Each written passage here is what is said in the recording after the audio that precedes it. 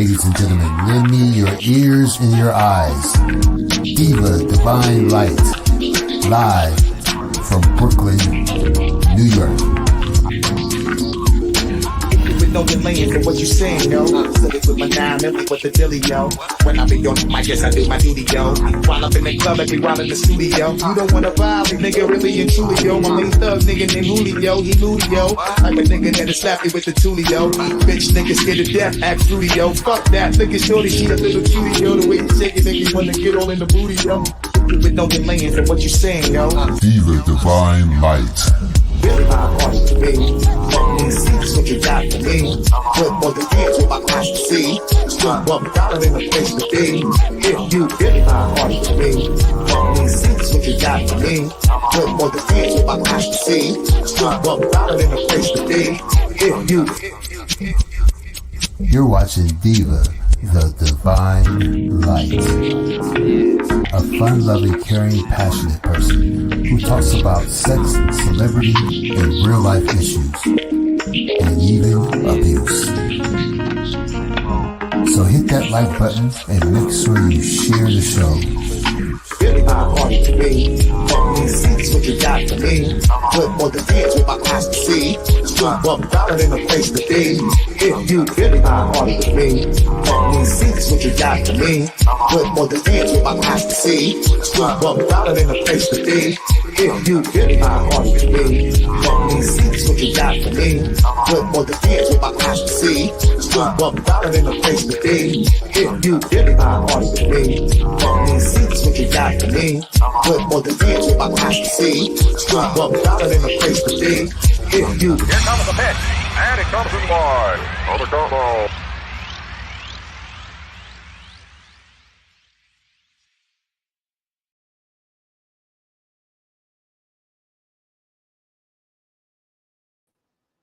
Yo, yo, yo, yo.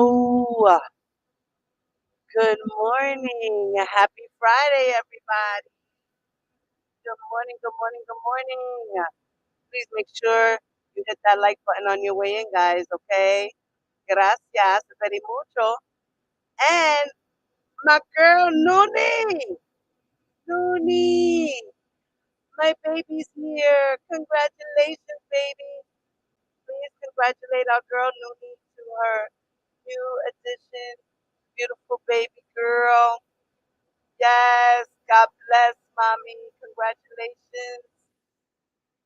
Congratulations. You said she was what, 6 pounds? 6 ounces. Oh my God, my son was 6 pounds, 7 ounces. Girl, he was 19 inches long. Good morning, family. Valencia, welcome to the world, Valencia. So good morning, OCOV. Good morning, family, and everyone else in the bushes. My OCOV family in the bushes. My my my haters in the bushes. Hello. Good morning, guys.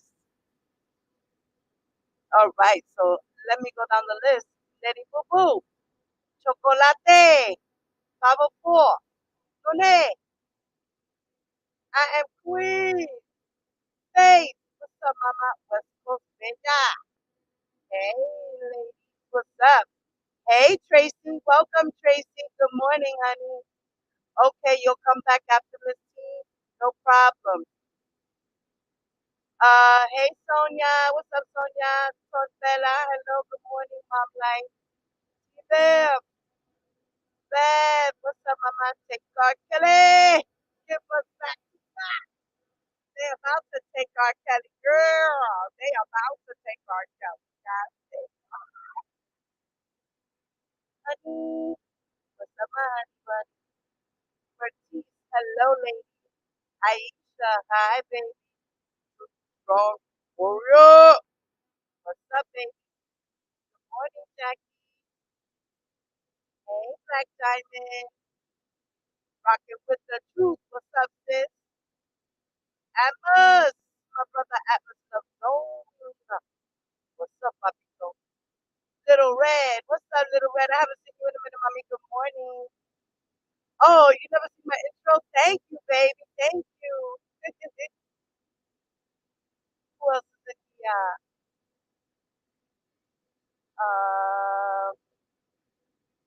Black Diamond. What's up, lady? Hey, Boston. What's up, Chuleta? Candy. What's up, Mama? Happy Friday, everybody. Happy Friday. Welcome, welcome. Chiqui. Hey. What's up, Mama? All right, guys. So get it all out. Say what's up, what's up. Go. Dawn is in the building. All right, all right. I got a couple of my brothers up in here. What's up? What's up? What's up, guys? So, time's up for R. Kelly. Time's up for R. Kelly. Yes, sir, Bob. Yes, sir, Bob. So, I did a poll. Matter of fact, let me bring it up. I haven't even looked at it yet. I did a poll this morning, and I asked everyone, how do you guys feel about R. Kelly? All right, here we go. I asked this morning a two-part question. Okay. First part is, do you think 14 to 17 and a half years is a fair sentence for R. Kelly in the Eastern District of New York case? Okay. And 15% of you guys said yes. And 58% of you guys said no.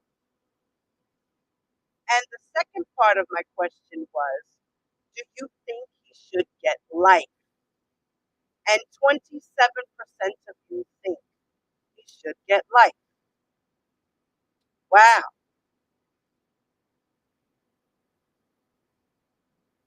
So, all right. So that's interesting.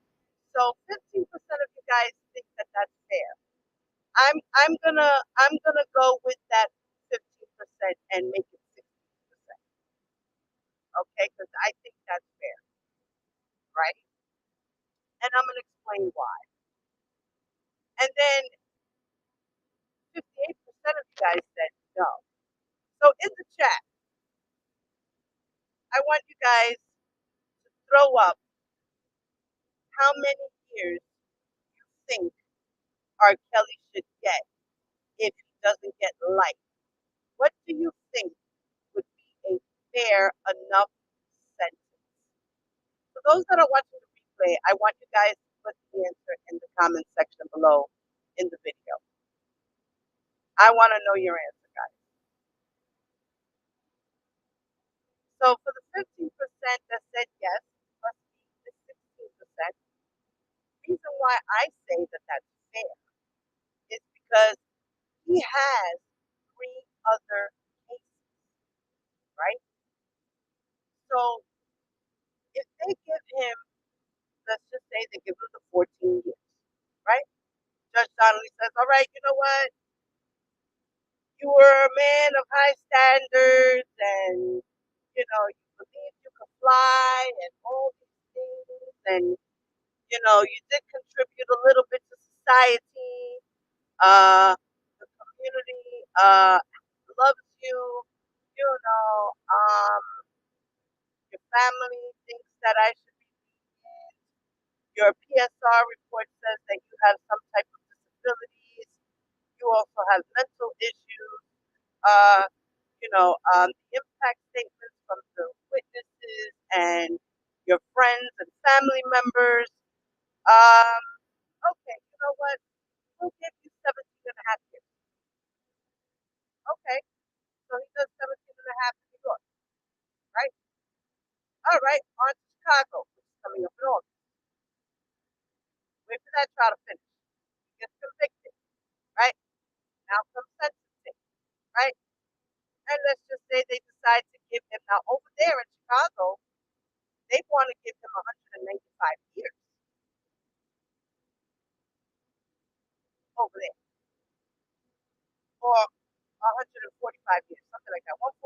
195, something like that.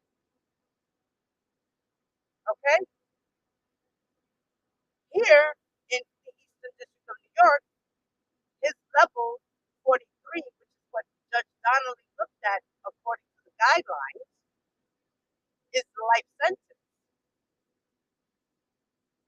But Bonjean is asking to be lenient, and she also wrote down in the paperwork today that she put in at 4:30 this morning, guys, on his level of offenses for each count. Okay, and according to her calculation, it should be 14 to 17 and a half. This is what we're going to be, okay? Oh, give me a second.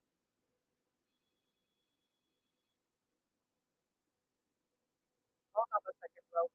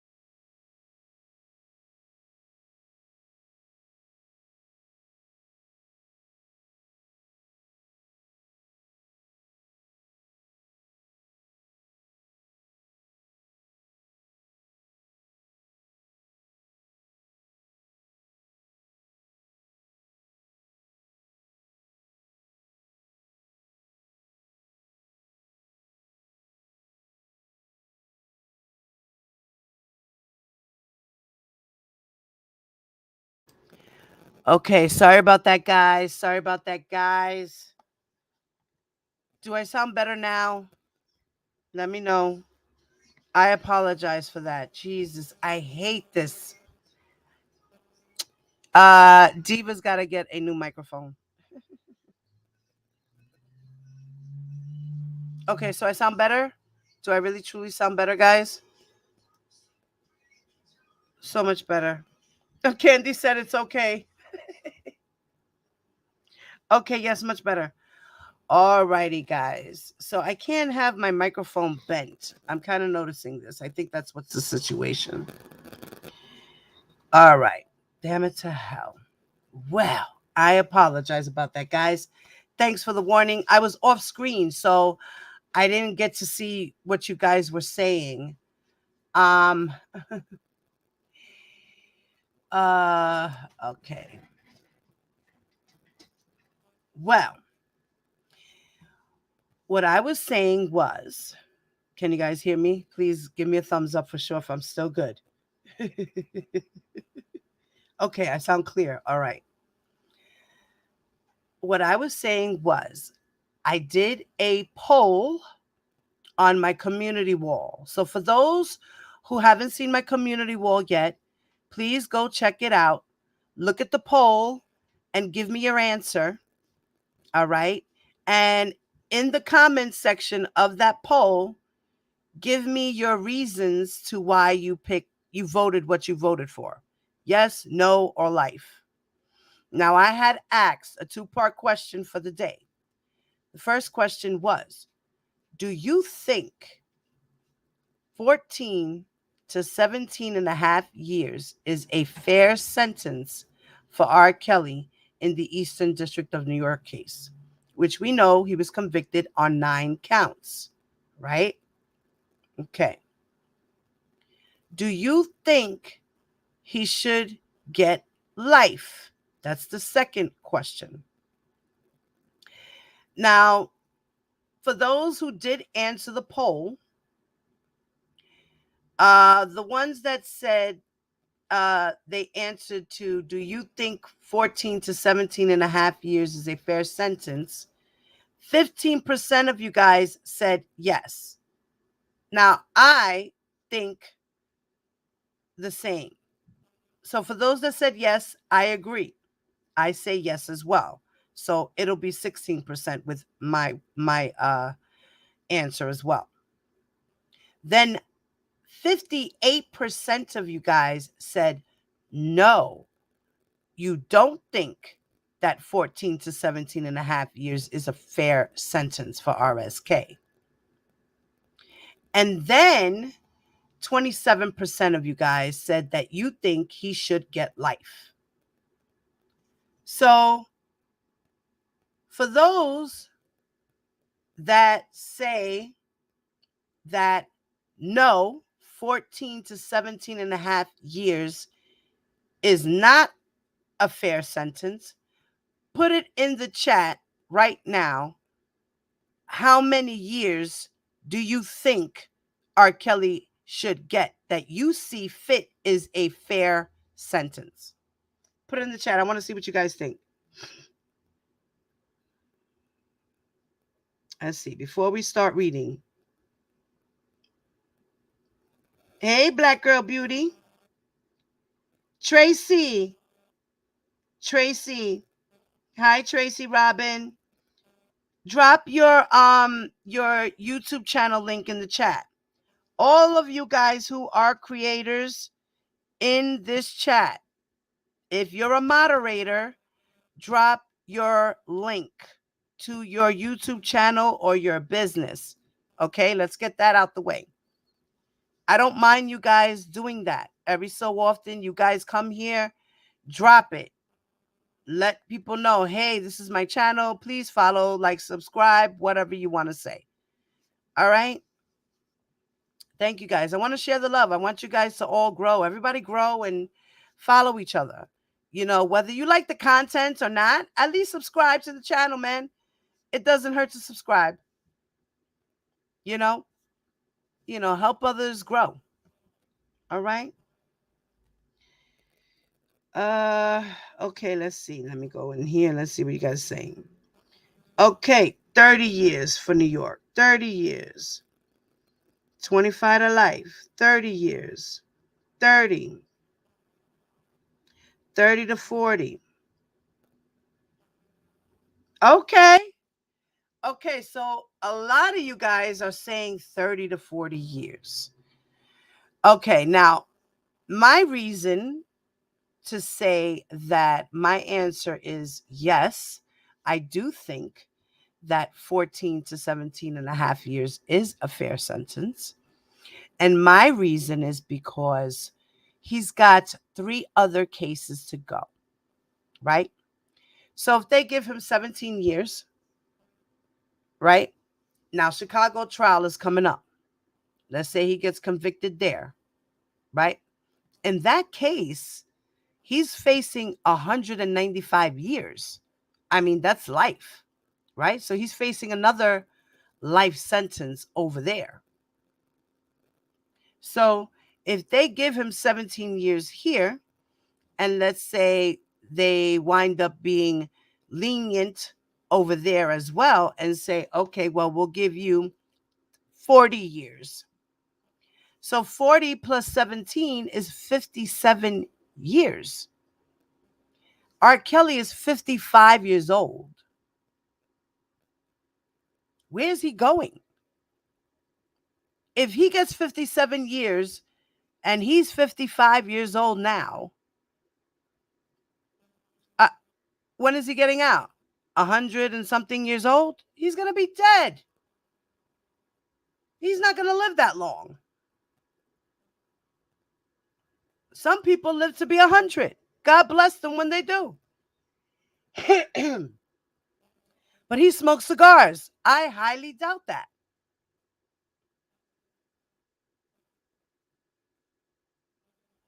So, yeah, I think that 14 to 17 and a half years is a fair sentence.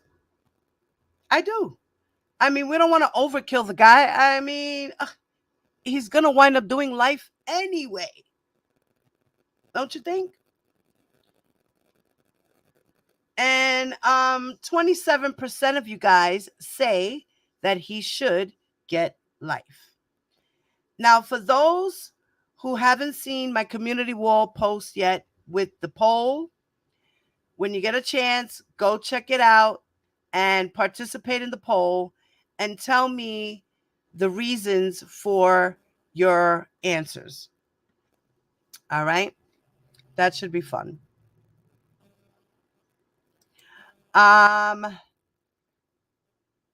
Okay, wait. I wanted to do this. Give me a second as well. Hold on.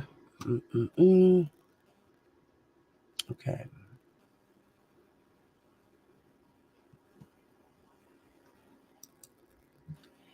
It's supposed to be. No. I forgot.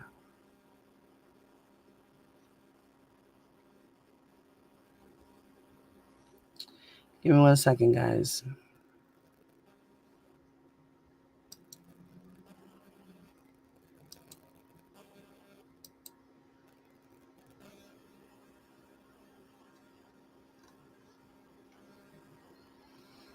I forgot how to do this.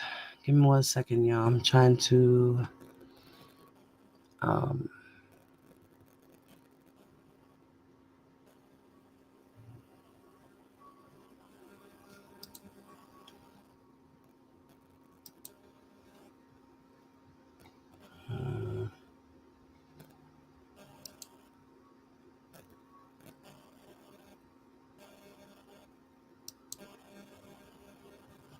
here we go.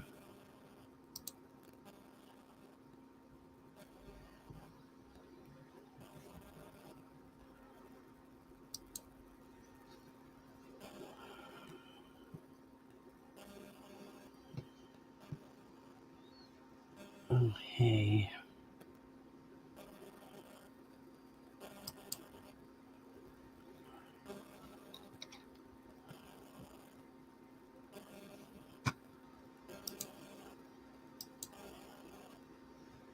Okay, here we go.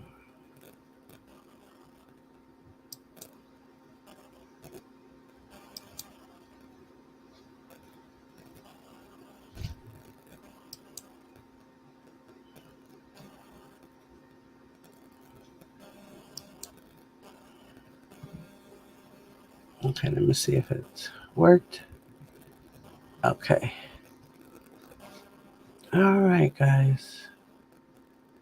Let me go back. Oh, wait. Okay.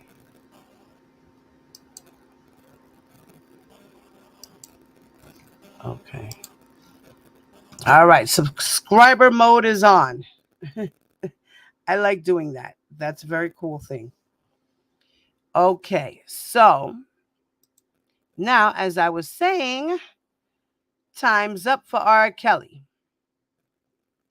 It's definitely a time's up for R. Kelly.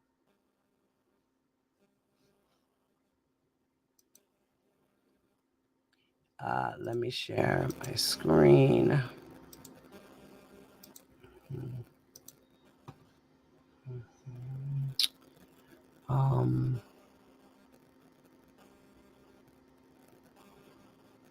Okay. All right. So, as I said, Bonjean put in a motion this morning at 4:30 a.m. and it is for the defendant Robert Kelly's sentencing memorandum, part 1. So there's a part 2 coming up. Get ready. Okay. The introduction states, defendant files this preliminary sentencing memorandum in support of his contention that the guidelines range for his convictions is 168 to 210 months. Now, that 168 to 210 months is 14 years to 17 and a half years. Okay? So those months broken down into years is 14 years and 17 and a half years. Now, defendant further contends that Upon consideration of the factors set forth in the 18 U.S.C. title, sections 3553A, this court should sentence defendant to a below guidelines sentence, consistent with this court's order. Defendant intends to submit a supplemental sentencing memorandum on June 13th, 2022, that addresses the Section 3553A factors with supporting mitigation that sheds light on the history and characteristics of the defendant. Okay, so June 13th is the next supplemental sentencing memorandum. Okay, so I guess that's part 2, right? Or maybe she's doing something else. She's tricky. I don't know lawyers like that, but I see her moves, you know. So, yeah, let me look up that code when I get a chance. Let me just highlight it. Okay. Now, her argument is a district court should begin all sentencing proceedings by correctly calculating the applicable guidelines range, which should be the starting point and the initial benchmark. Then she cites a case law. After a proper calculation, a sentencing judge considers the 7 factors set forth in 18 U.S.C. 3553A. And there it says that the nature and circumstances of the offense and the history and characteristics of the defendant, the 4 legitimate purposes of sentencing as set forth below. The kinds of sentences available, the applicable guidelines range itself, and relevant policy statement by the Sentencing Commission, the need to avoid unwarranted sentence disparities among defendants, and the need to provide restitution to any victims. So, in this 18 U.S.C. title, Section 3553 talks about the nature and the circumstances of the offense, well, in this case, offenses, and the history and characteristics of the defendant. So she's citing this title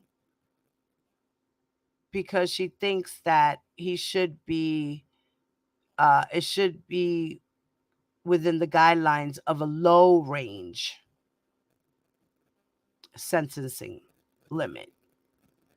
And then it says that the 4 legitimate purposes of sentencing as set forth below. Now, the 4 things would be the kinds of sentences available, right?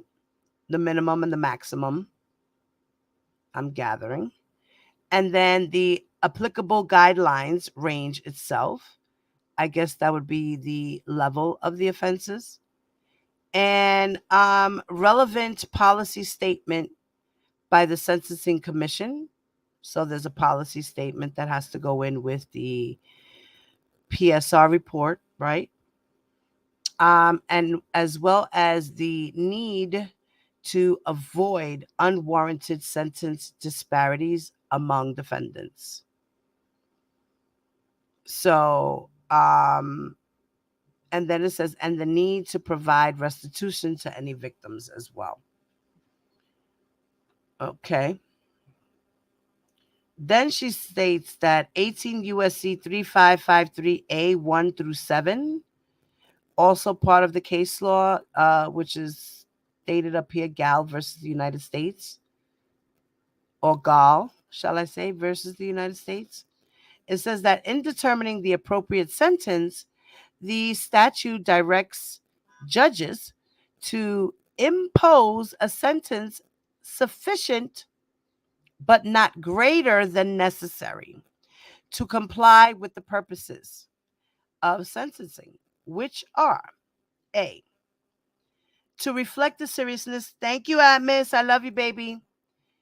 To reflect the seriousness of this offense, to promote respect for the law, and to provide just punishment for the offense. So the appropriate sentence in this case directs the judges to impose a sentence sufficient but not greater than necessary. Like I said, you don't need to overkill him. You really don't. It's true. I agree with her on that. It shouldn't, it's an overkill. He's gonna wind up doing life anyway. If he's convicted on all his cases, he's gonna wind up doing life anyway. Even just with these two cases alone, I mean, he's gonna be put away for a very long time. So,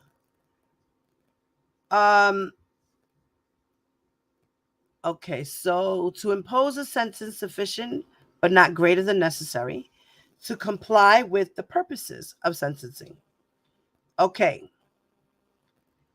So to reflect the seriousness of the offense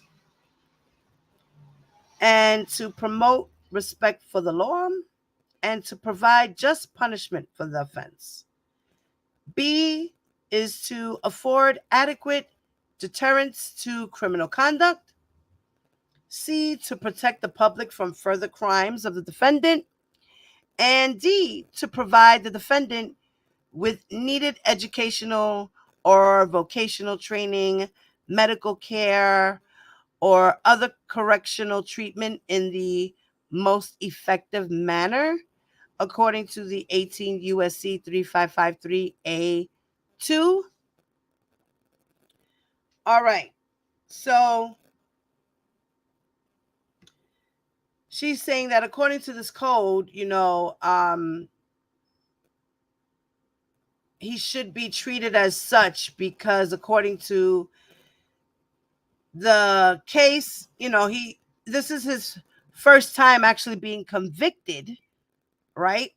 Because yes, he was charged and went to court, but he was acquitted. So that really doesn't count as him being a convicted felon. So they look at that, then they look at his characteristics, like I said, he believes he could fly and all these things. And so she's citing a law that has to talk about the correct treatment of the defendants according to hula.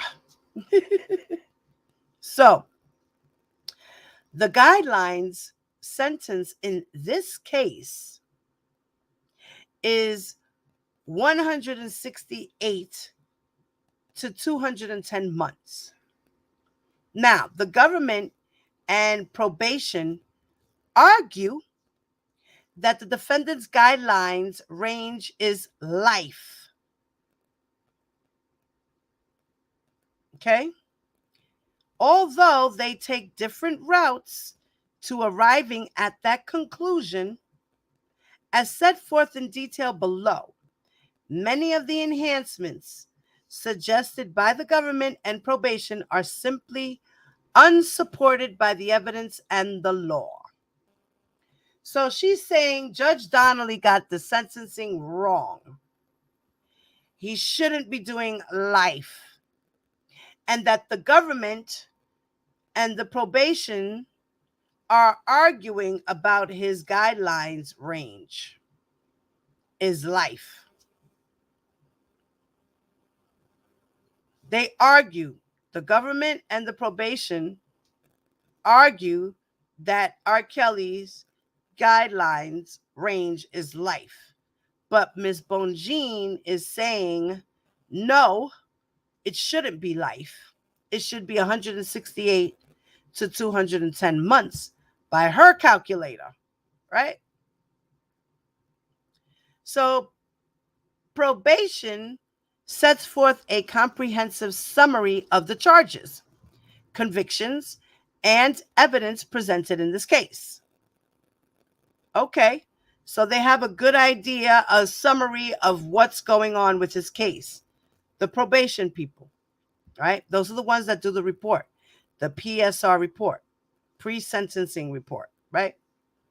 Now, defendant has already lodged objections, right? We know that, in response to the pre-sentence investigation report, right? She made objections to it, including objections to some of probation statements about the government's evidence. Also, defendant will highlight the trial record in this case as necessary below. Defendant was convicted one count of RICO based on conduct alleged to have occurred between 1994 and 2018. Okay, one count of RICO. The base offense level of a racketeering offense is the greater of 19 or the offense level applicable to the underlying racketeering activity. So USSG, I don't know what this stands for, sections 2E1.1. Let's look up what that is too. Okay, so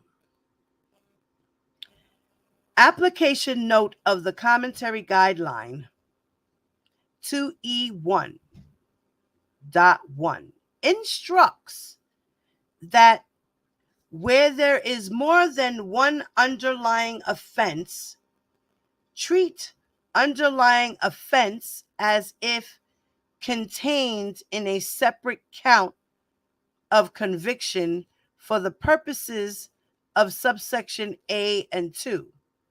Defendant calculates the offense levels for each racketeering act as follows.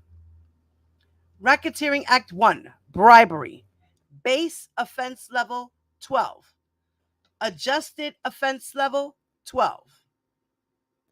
Now, the government and probations contend that a 2-level enhancement is justified on the basis that defendant used a person less than 18 years of age to commit the offense. As argued in defendant's Rule 29 motion, the government's evidence failed to show that defendant knew that Demetrius Smith paid money to influence a public aid officer to produce an identification card for Jane Doe number 1, Aaliyah. The record is also devoid of any evidence that defendant used Aaliyah in connection with the bribery. Of course, the bribery committed by Smith produced a fraudulent public aid card for Aaliyah. But it does not follow that defendant used Aaliyah in the bribery. Accordingly, defendant objects to a 2-level enhancement pursuant to the USSG 3B1.1a. So she's saying that the government is trying to say, that he used Aaliyah in the bribery. And that the record is also devoid of any evidence that the defendant used her in the connection with the bribery.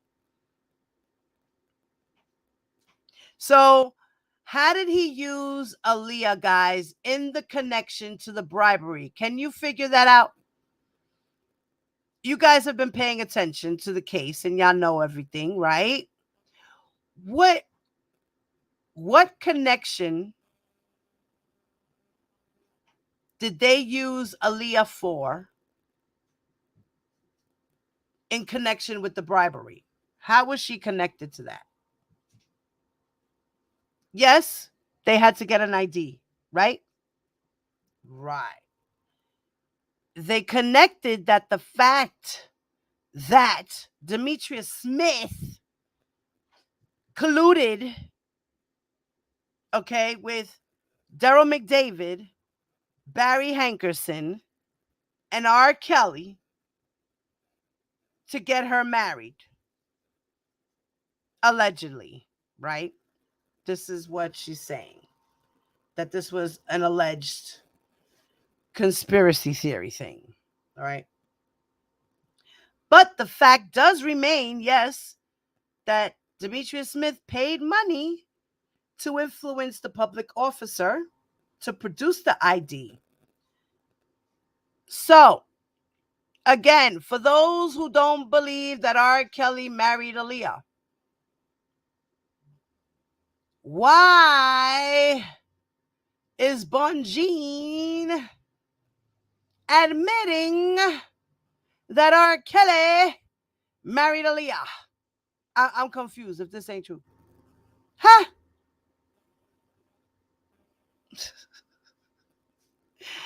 I just figured I'd throw that in there.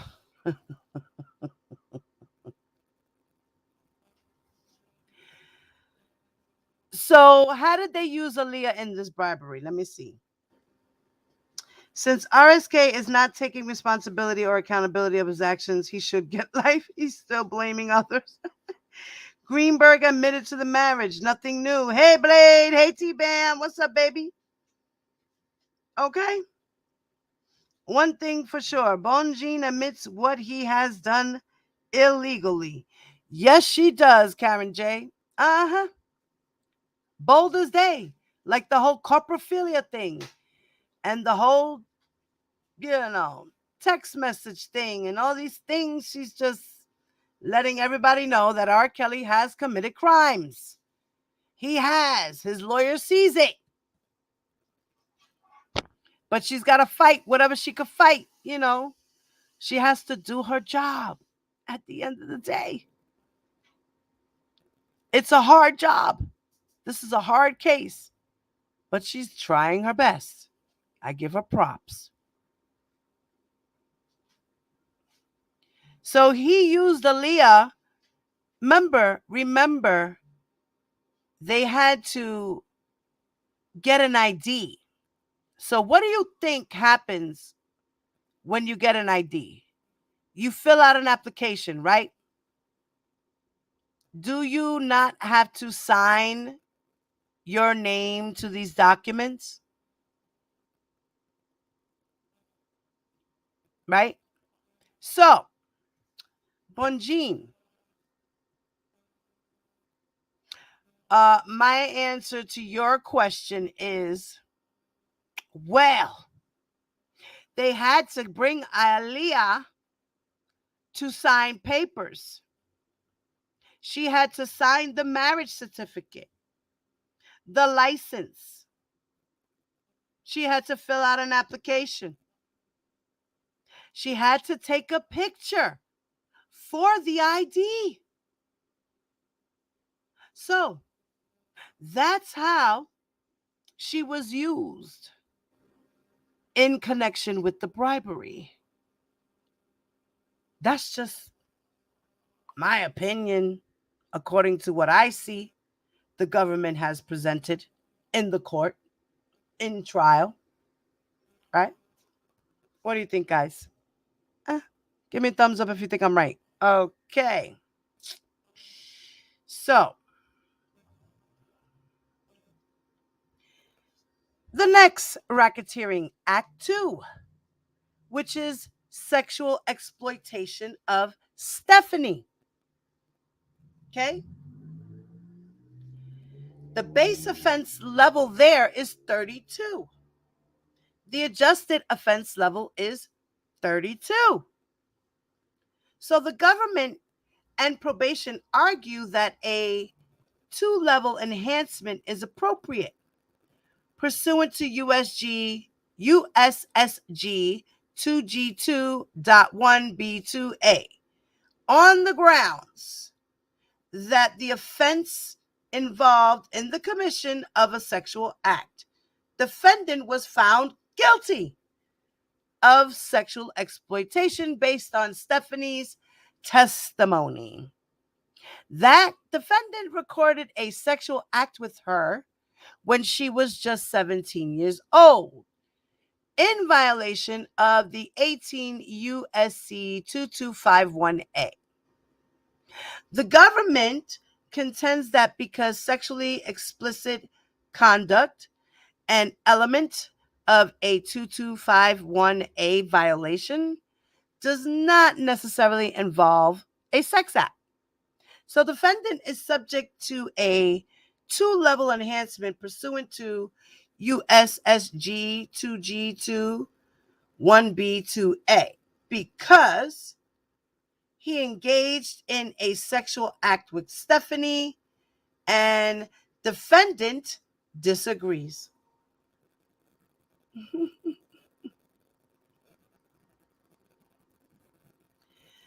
So,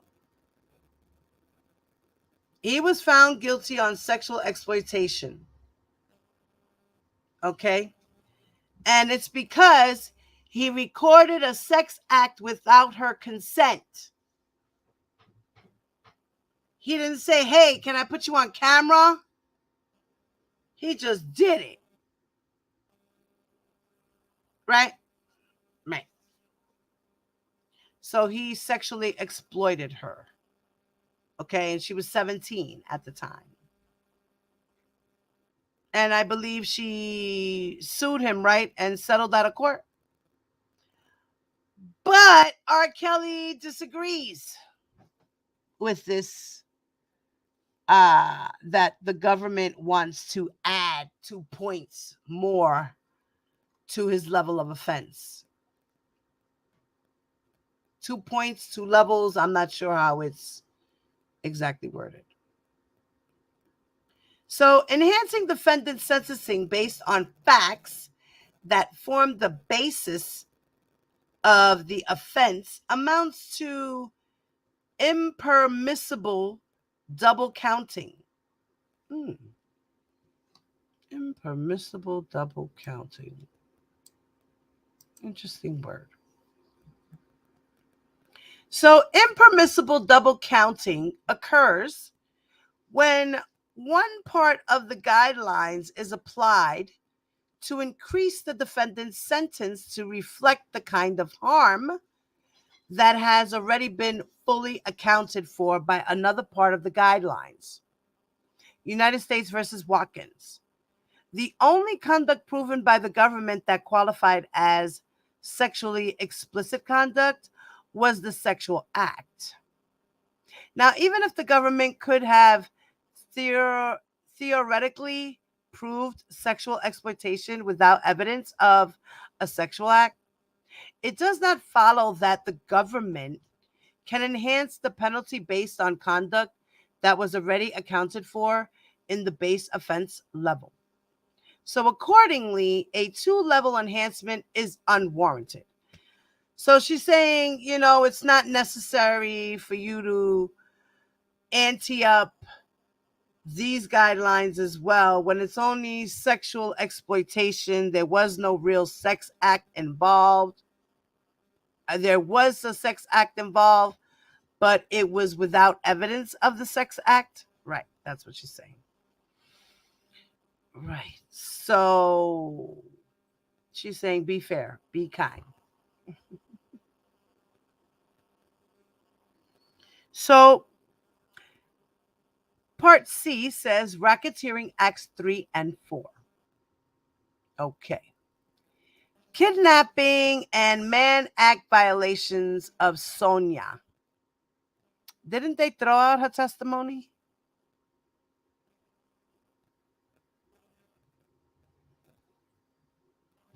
Or did they throw what? Didn't they throw this out? Why is she in here? Ain't it only for Aaliyah, Sonia?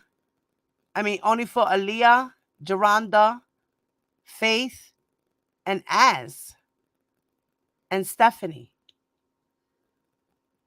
right? Didn't they throw hers out?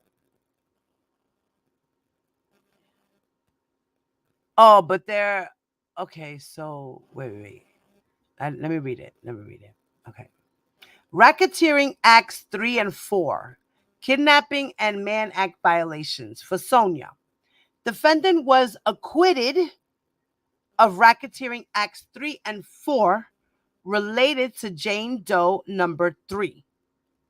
The government contends that because it could prove these racketeering acts by the lower preponderance of the evidence, they could be taken into consideration pursuant to United States versus Ruggiero.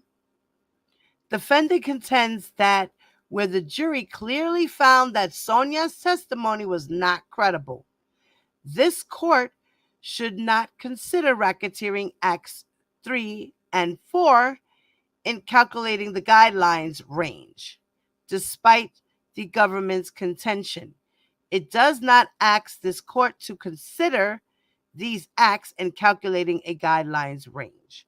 So she's saying that Ms. Bone Jean was also, and the probation were adding these charges as well when he was acquitted, and it shouldn't even be counted in part of his sentencing guideline.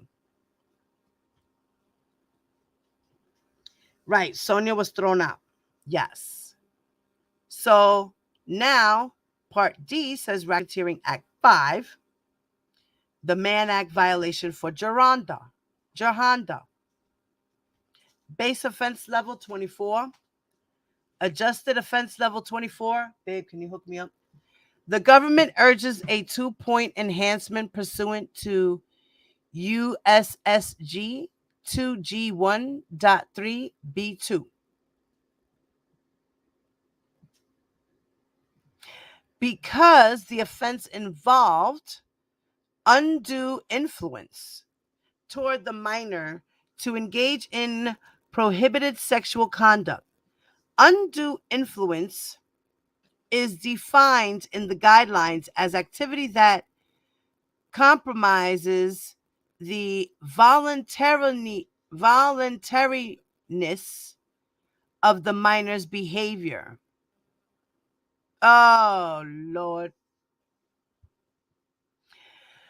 The defending characteristic of undue influence is that it involves a situation where the influencer has succeeded in altering the behavior of the target.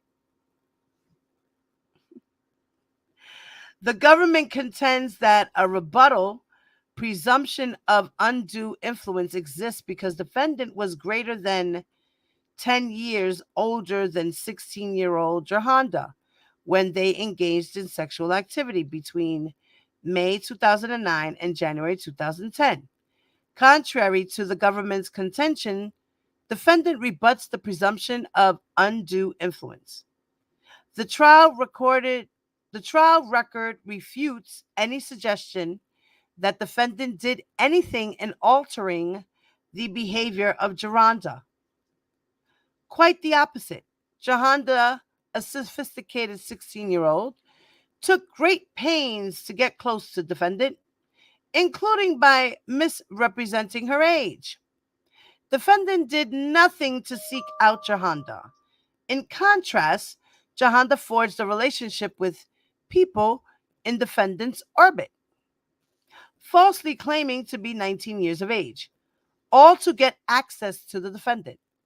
Jahanda admits that she falsely told defendant that she was 19 years of age when they engaged in sexual conduct. It is true that Jahanda claims that she promptly confessed her real age of 16 to the defendant immediately after their first sexual encounter.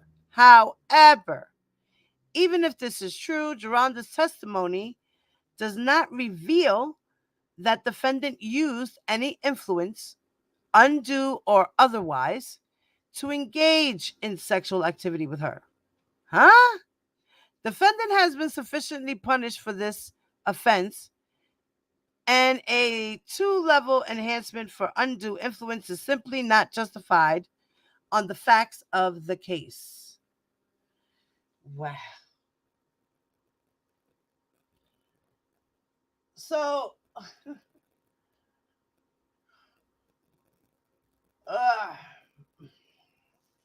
so she's saying that, you should give him the minimum because Geronda was a volunteer. She wasn't a really true victim.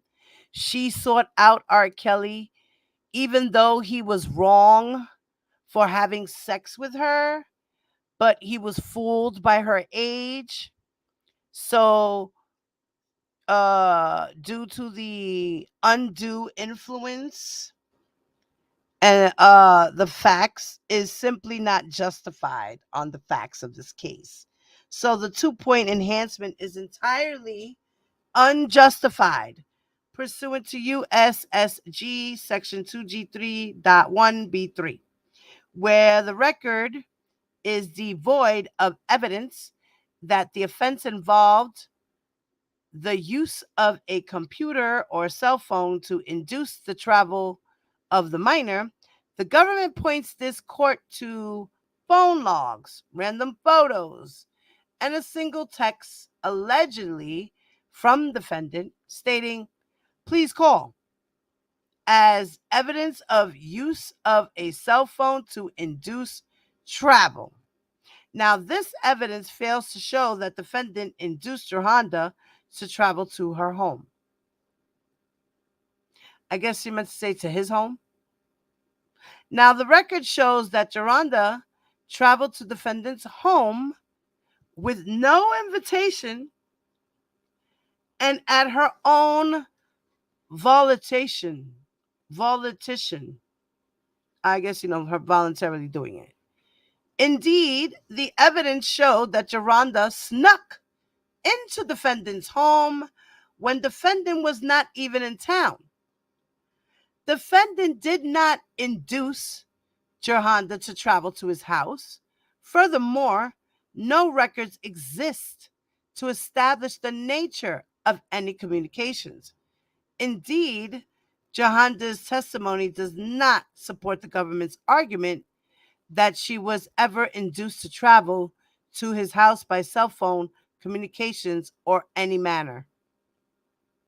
An invitation does not equal inducement. The Second Circuit has made clear that the terms persuade, induce, entice, and coerce are words of common usage that have plain, ordinary meanings. I guess you meant to put plain. That have plain, ordinary meanings. United States versus Wakar. And then United States versus Gagliardi. Now, the court distinguishes this conduct. Wait. The court distinguished this conduct from merely asking, which is not sufficient to demonstrate criminality.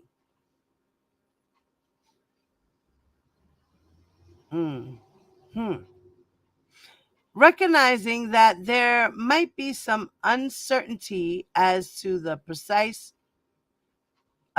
demarcation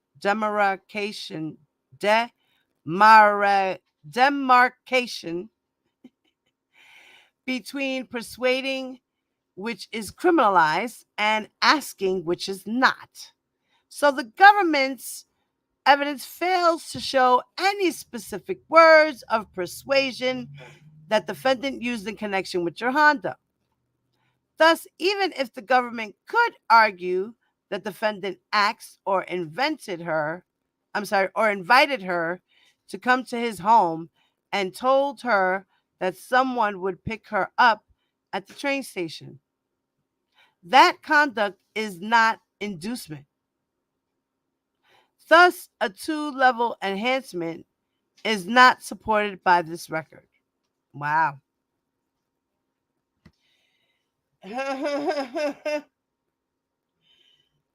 So, because he told her, call me, that wasn't an invitation for her to go to his house. He never invited her. But remember, she was at his house more than once. So, this one time ain't shit. She was at his house more than once. And I'm pretty sure he told her to come back.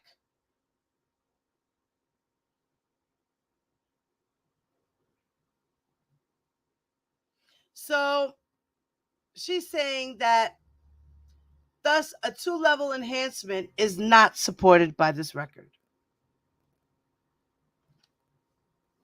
Wow. This shit is going to be denied.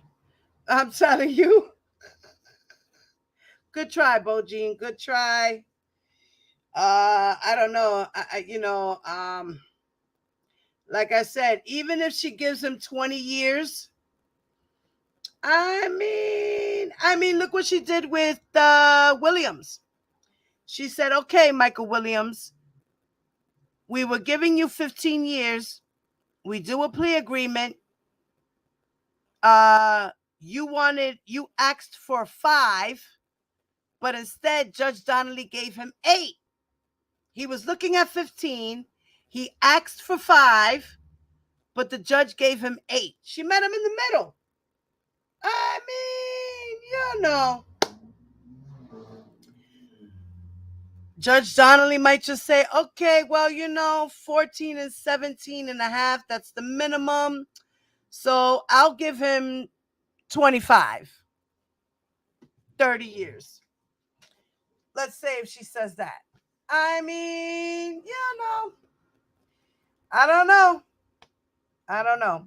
Give me a second, guys. Gotta pause.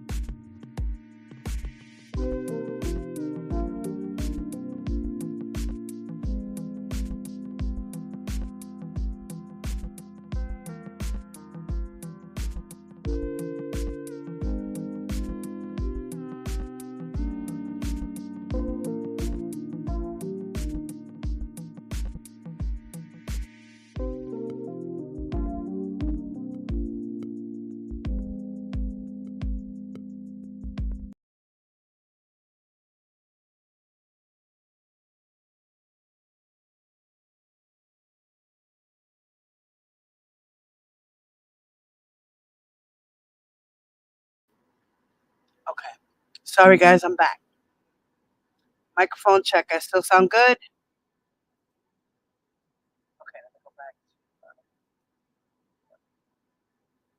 Okay. Sorry, guys, my sugar is up. I was feeling a little weirded out.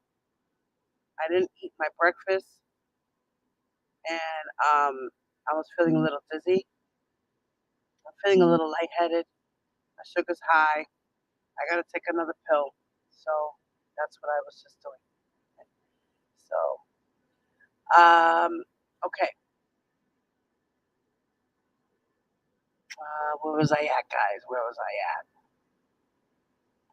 All right. So, last, a 2-point enhancement is unwarranted pursuant to the USSG 2G3.1B4, and the government continues to argue that because a violation of 18 USC 2422 does not necessitate illegal sexual activity.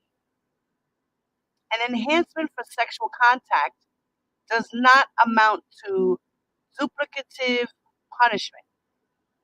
So the government's argument is flawed, where Racketeering Act 5 is premised on a criminal sex act, namely aggravated criminal sexual abuse under the Illinois Criminal Code. In short, to prove Racketeering Act 5 as charged, the government was required to prove a sex act.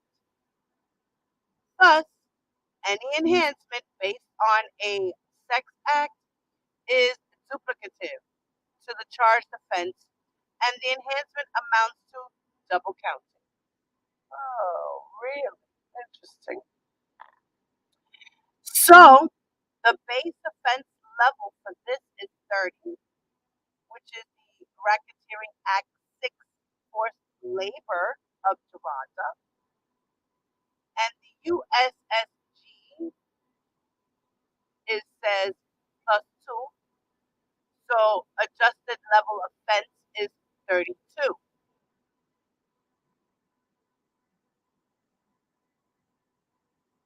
As the government pointed out, probation's calculation of the adjusted offense level for this count is erroneous. Erroneous. Where the count did not include the production of child pornography. Okay, so they're saying with the forced labor for Geronda Pace that the government pointed out that the calculation of the adjusted offense level for this count is erroneous. It's an error because where the count did not include the production of child pornography, although defendant agrees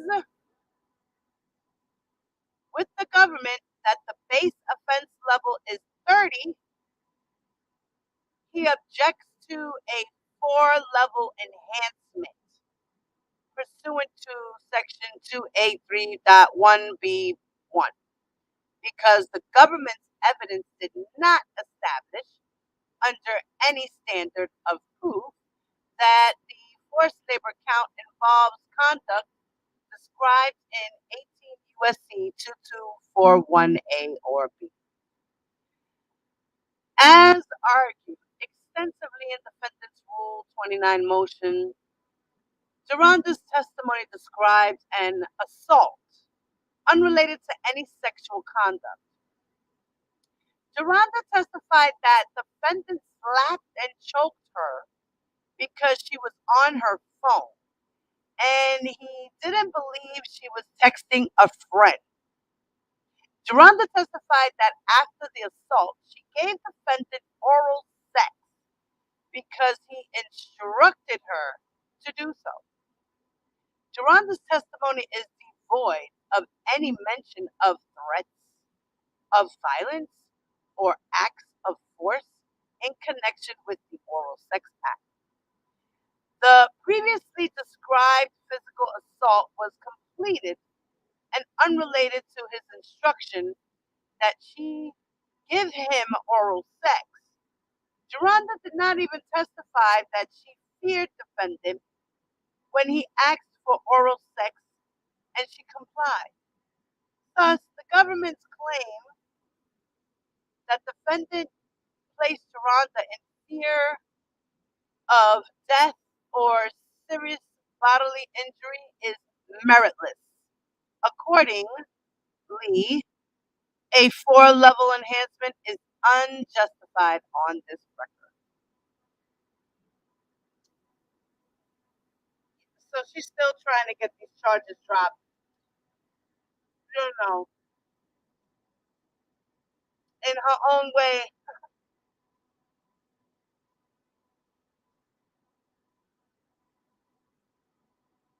So she's reminding the courts as to why his levels shouldn't be added.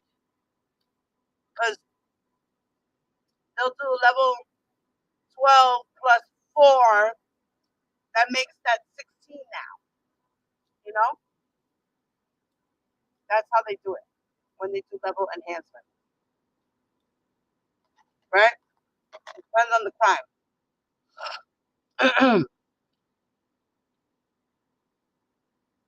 Now, Part F. Racketeering Act 7. Sexual exploitation of a child. Geronda Pace, right? The base offense level is 32, and the adjusted offense level is 32. Now, the government here agrees that there is no evidence that the defendant used force in connection with the production of any child pornography, and that a 4-level enhancement is inappropriate. So the defendant objects to a 2-point enhancement pursuant to the USSG. Uh-oh, something happened. What happened, Mama?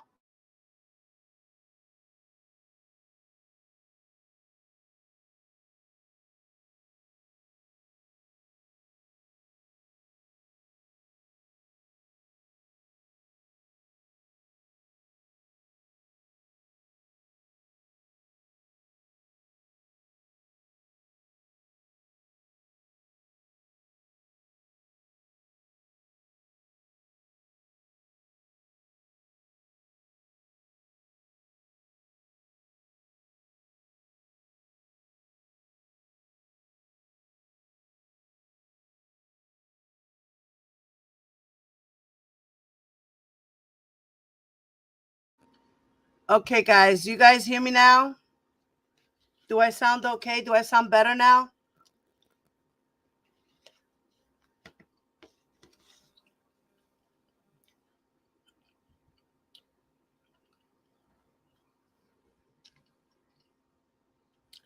Give me a thumbs up, guys. Let me know if you guys can hear me now.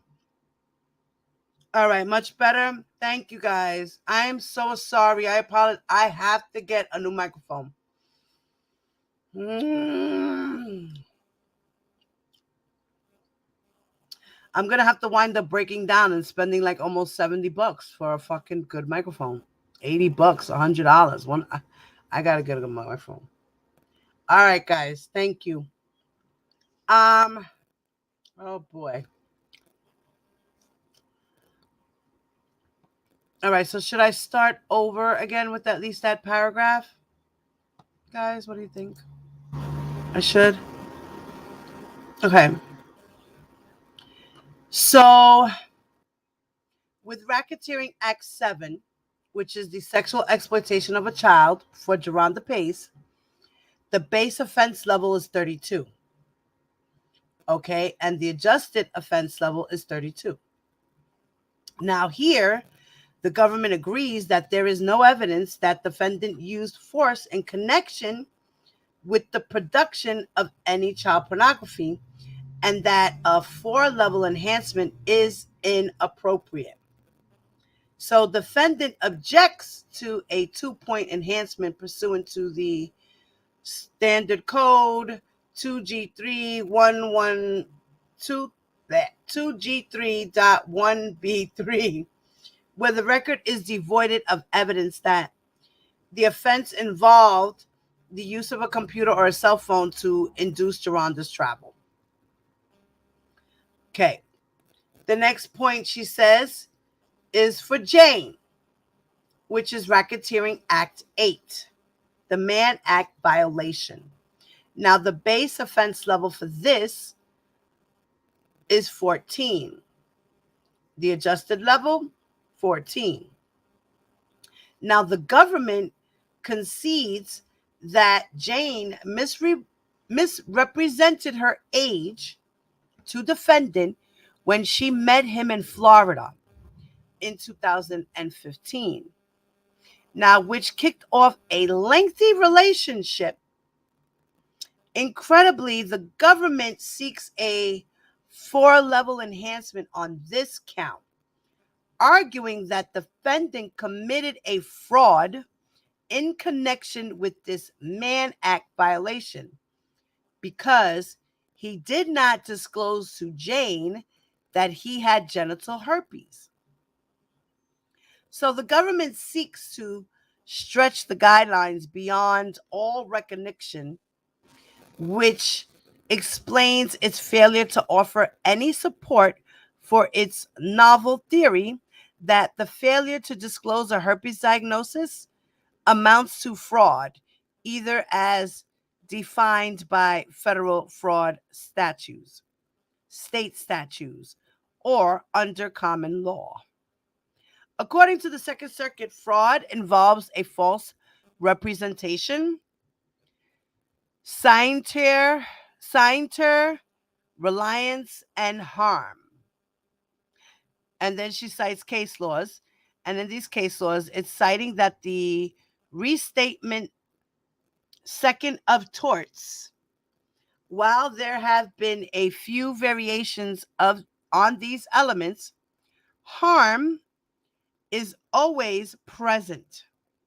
And she cites another case and says that breaking scienter up into reasonably calculated to deceive and intend to deceive. Now, the government's evidence does not show that the defendant falsely represented anything to Jane or that Jane relied on any misrepresentations.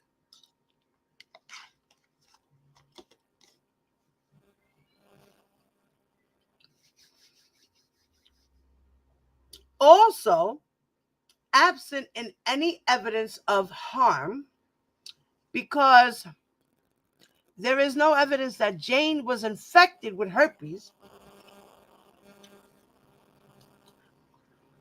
when she traveled to California with the defendant between April 28th, 2015 and May 1st of 2015. The government cannot show that any harm resulted from his failure to disclose his herpes diagnosis. The girl was walking around with bumps and her shit was hurting, and R. Kelly made fun of her. I don't understand. Is Bonjean reading the trial transcripts? I'm confused.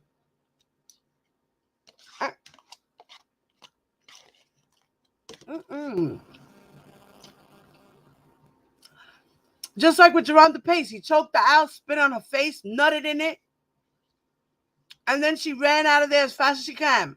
She lied to him and said, "Let me go get something from my uncle's house. I'll be back." And he was like, "Okay." And she left and never went back. Ever. Or she did after that to see if she can give him money back and reconcile, whatever the hell.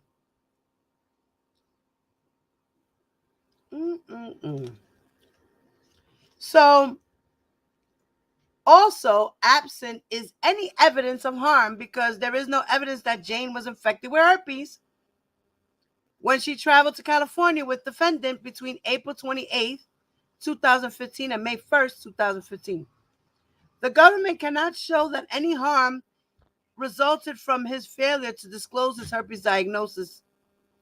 Indeed, Jane testified that she did not contract herpes from defendant during this trip. Thus, the government's fraud theory is patently ridiculous. A 4-level enhancement must be rejected under this theory. Oh, girl, that's what it is, a theory.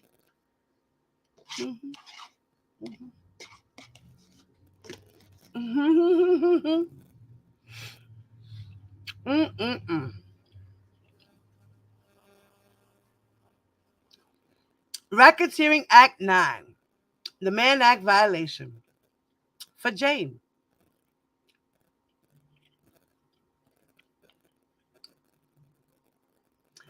Base offense level, 24. Adjusted offense, 24.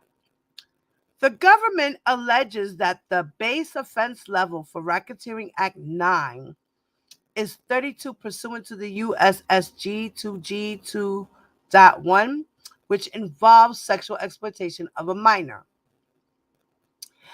by production of sexually explicit visual or printed material. So, Racketeering Act 9 was a Mann Act violation, and therefore, the appropriate guidelines can be found at USSG 2G1.3C1. Now, pursuant to this state code law, the base offense level is 28, where the jury determined that defendant was guilty of violating the 18 USC 2422B law. The government seeks to convert this offense into an offense for sexual exploitation of a child, arguing that the base offense level is 32. But the government fails to explain why this court should not look to USSG section 2G1.3C1 as the starting point for correctly calculating the base offense level as to Racketeering Act 9, where defendant was not convicted of sexual exploitation, but rather a Mann Act violation. Notably, defendant was separately charged and convicted of sexual exploitation of a child in connection with video recording sexual activities with Jane during their trip to California. So the government's theory fails for other reasons.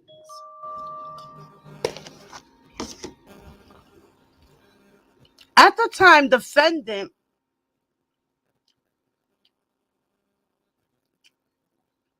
purportedly committed Racketeering Act 9.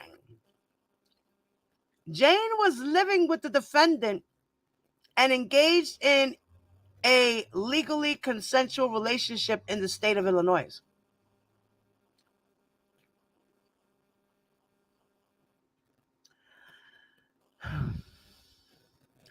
This is undisputed no matter how distasteful the government finds it. Listen to Bobo. Listen to Bobo with her little snobby ass.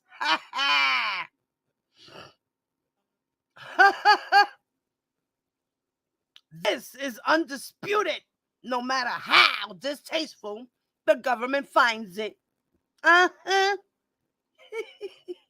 She a funny one. So, there is nothing in the record that suggests that defendant brought Jane to California for the purpose of producing a visual depiction of their sexual activity. Notably, the government previously argued that defendant's purpose in bringing Jane to California was to expose her to herpes.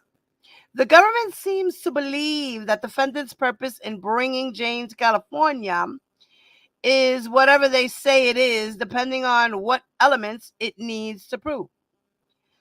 Oh, you snot ball. Stop being so snotty, girl.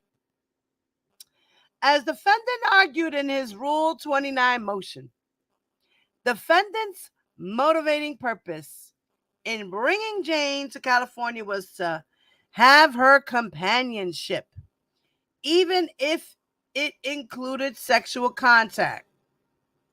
While Jane testified that her relationship with defendant involved sex, that intimate relationship was legal in the state of Illinois, it is entirely illogical to suggest, as the government does, that defendant had a purpose in bringing Jane to California to have sex with her, where they shared a home in the state of Illinois, where the age of consent was 17.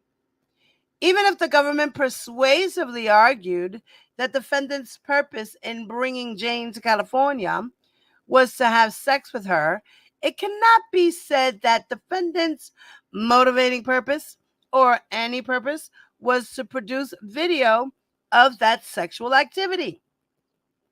So the government knows very well that defendant's travel with Jane had absolutely nothing to do with producing commercial child pornography. Any attempt to increase the offense level under this theory is legally wrong. Okay, Bo Jean. All right, girl. Calm down, girl. Slow down. You're getting your panties in a bunch. Take them out, mamita. You'll be all right. You'll be all right. You'll be all right. The government agrees that an enhancement pursuant to USSG 2G2.1B6BI is inappropriate. Accordingly, the adjusted offense level for Racketeering Act 9 is 24.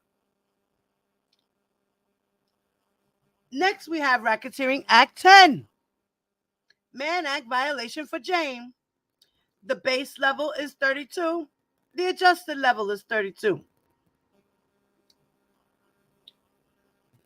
And here, the defendant objects to a 2-point enhancement pursuant to USSG 2G2.1B2A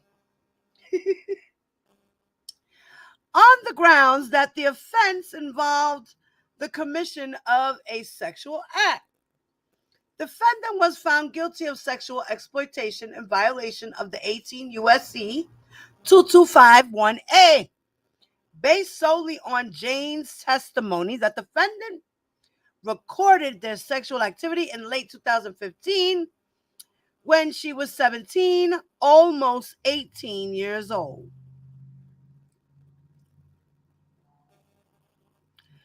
Okay, Bunjin, but you just said that there was no evidence of them having sexual contact when she was a minor. I'm confused. Okay, anyway.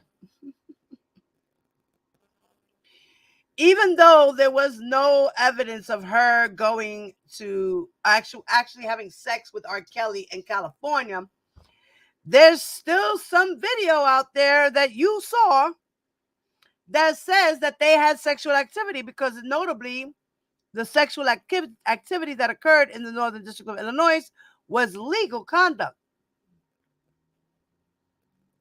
Even if the recording of it was not.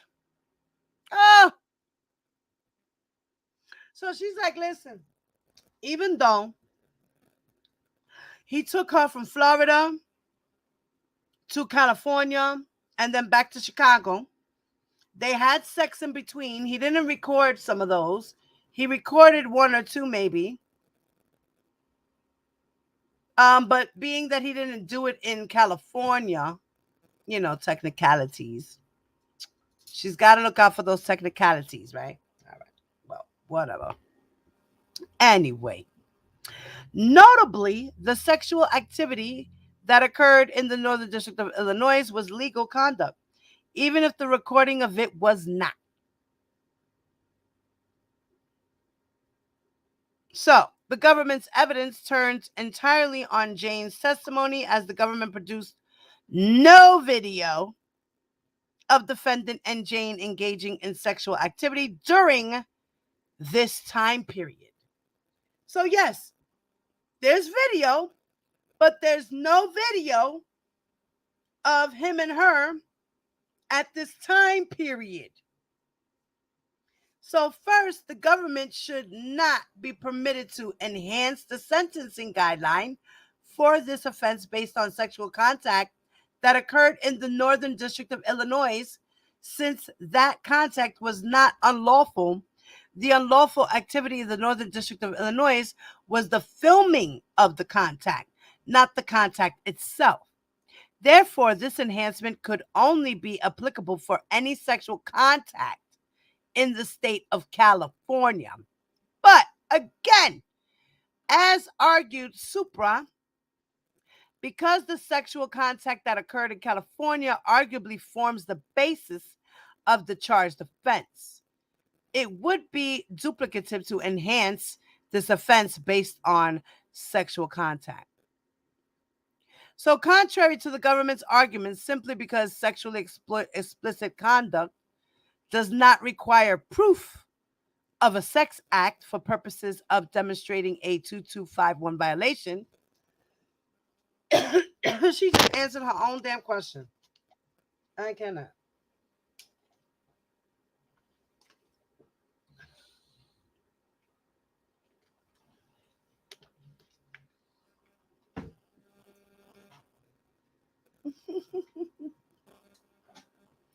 My husband's snoring. So,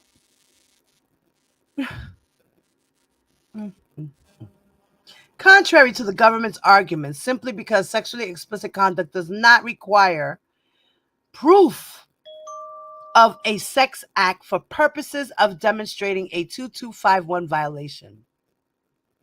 So, where the government's proof of sexually explicit conduct is the sex act and nothing more. So, the government cannot enhance based entirely on a theoretical. Now, here, the element of sexually explicit conduct was allegedly proven by Jane's testimony that the defendant produced a visual depiction of their sex acts. Now, that conduct formed the basis of the charged offense and should not also serve as a basis to enhance defendant's sentence, notwithstanding that the government did not need to prove the sex act to establish a 2251 violation. Such an enhancement would constitute impermissible double punishment under the facts of this case. So the government agrees that defendant's offense level should not be enhanced by 4 levels for pursuant to the USSG 2G2.1B4. Now, the government urges a 2-level enhancement pursuant to the USSG 2G2.1B6, arguing that defendant stayed in touch with Jane by cell phone in order to induce her to travel to see him.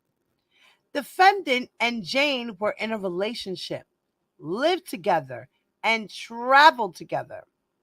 Defendant did not use a cell phone for any purpose other than communicating with his girlfriend. The government and the public may be outraged that defendant entered into a relationship with Jane, who he believed to be 18 when he was in his 40s. So the government and the public, Bonjean admitted everything. Bonjean likes to admit a lot of things. She's doing real good for him. Oh.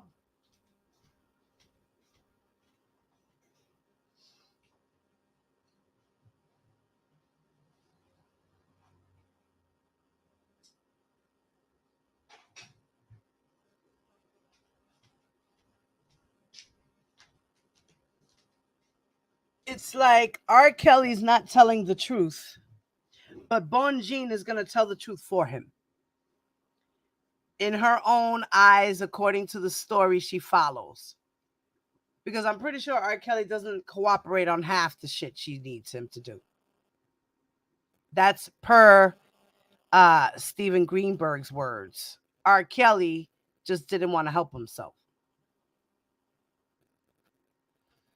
So, okay, where was I?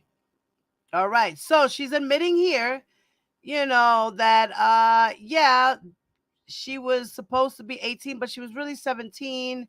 And yeah, he was in his 40s. Mm-hmm. Mm-hmm.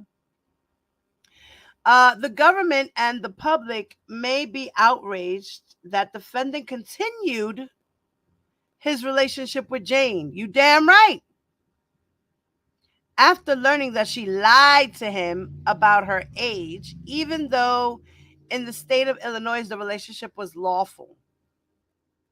But the government is clearly attempting to artificially enhance the sentence by ignoring the true nature of defendant's relationship with Jane.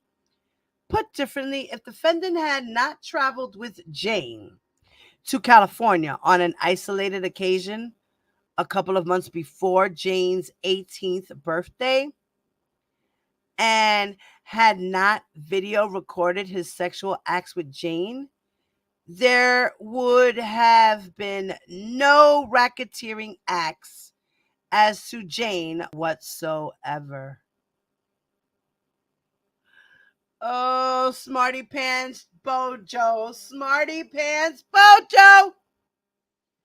The government is free to feel moral outrage about defendant's relationship with Jane, but it cannot enhance the sentence based on factors that ignores their own evidence.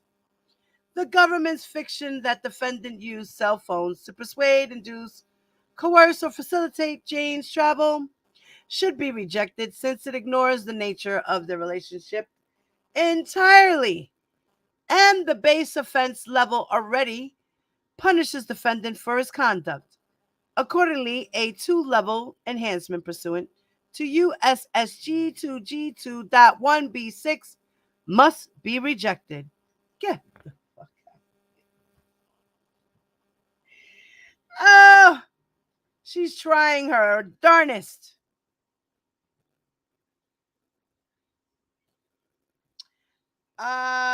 Yeah, this sounds like she's listening to YouTube. Okay, so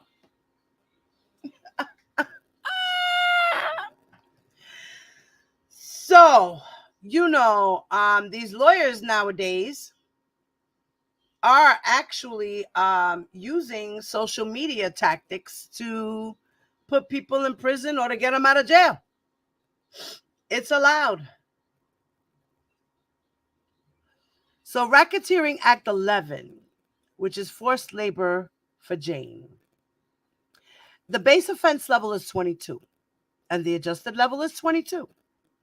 Now, the government now finds it convenient to change its theory of prosecution to suit its sentencing arguments. The forced labor offense involves a base offense level of 22. As the government concedes, the heart of its forced labor count is the allegation that defendant obtained labor from Jane, forcing or threatening force against her in connection with sexual activities with other women and men, none of which occurred when she was underage. Oh, man. Are you sure about that, Bone Jean? Because I'm pretty sure she had sex with nephew before she was 18. You don't remember in the fight? She said, Joy, you was having sex with me as a minor. Okay? Joy was 19. She was 17. I'm pretty sure Azriel was having sex with nephew. I mean, there was pictures that was put in evidence. Bonjean just mentioned about the pictures. There wasn't a video, but there was pictures. And who was in those pictures? Right? Wasn't it Joy, Azriel, and nephew? I believe that's what was testified in court. I could be wrong. It was a lot to remember. Sue me. As argued in defendant's Rule 29 motion, there simply is no evidence from Jane that she was forced or threatened with physical harm to participate in group sex acts. Her belated claim that she did not want to participate in such activities does not demonstrate that the defendant forced her to engage in such activities through physical harm or threats of physical harm. But isn't that still by force? Because if she says, no, I don't want to, and he continues to stick his dick in her face, what do you think that means? Do it.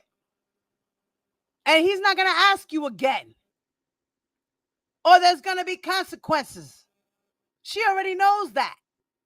He put the rules to her from day one. What the fuck? Is she reading the same transcripts? I'm confused. Okay. That said, if this court concludes that the evidence established that Jane's participation in group sex acts amounted to an offense of criminal sexual abuse, the government's calculation of an adjusted offense level of 36 would be accurate.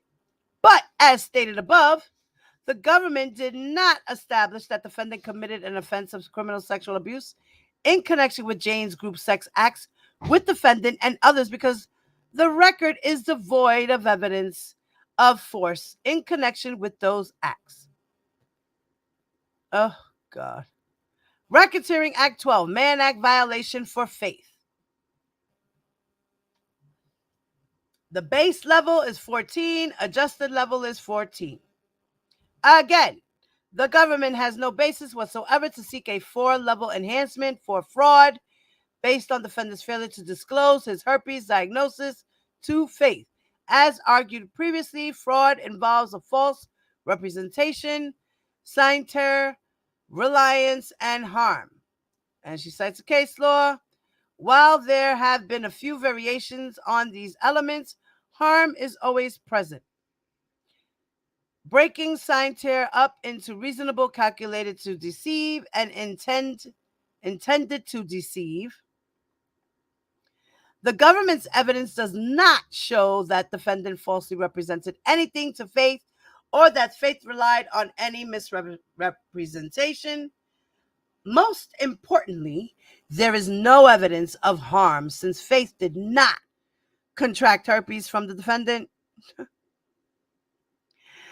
Faith testified that after traveling to New York, she was diagnosed with herpes type 1 after getting cold sores on her mouth. Nearly 50% of the population has herpes type 1 cold sores. Even the government's expert would concede that herpes type 1 can be contracted from kissing. The record is devoid of evidence that Faith suffered any harm in connection with defendant's purported failure to disclose his herpes diagnosed to her. As such, a 4-level enhancement under a fraud theory is nonsensical. Now, Racketeering Act 13, forced labor for faith. Base level 22, adjusted level 22. The forced labor offense involves a base offense level of 22. As argued in defendant's Rule 29 motion, there simply is no evidence, even from faith, that she was forced or threatened with physical harm to provide oral sex to the defendant. Faith describes an episode in Los Angeles where defendant allegedly had a serious conversation with her and then directed her to give him oral sex. She does not describe defendant using any force or threatening any force. As a reminder, Faith never alleged that she was a victim forced to engage in any sexual contact. Let me get something to drink, guys.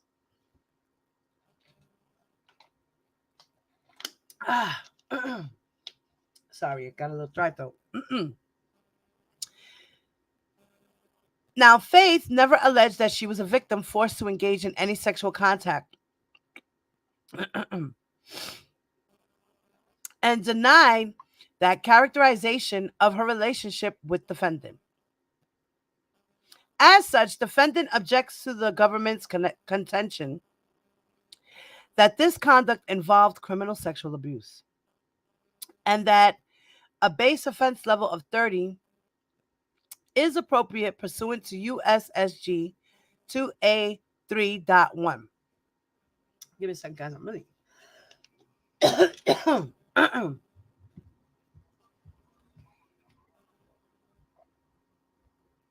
Holy cow.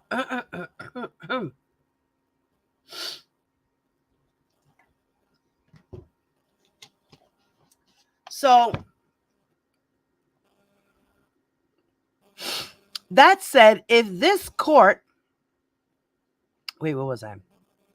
Okay, as such, defendant objects to the government's contention that this conduct involved criminal sexual abuse and that a base offense level of 30 is appropriate pursuant to USSG 2A31.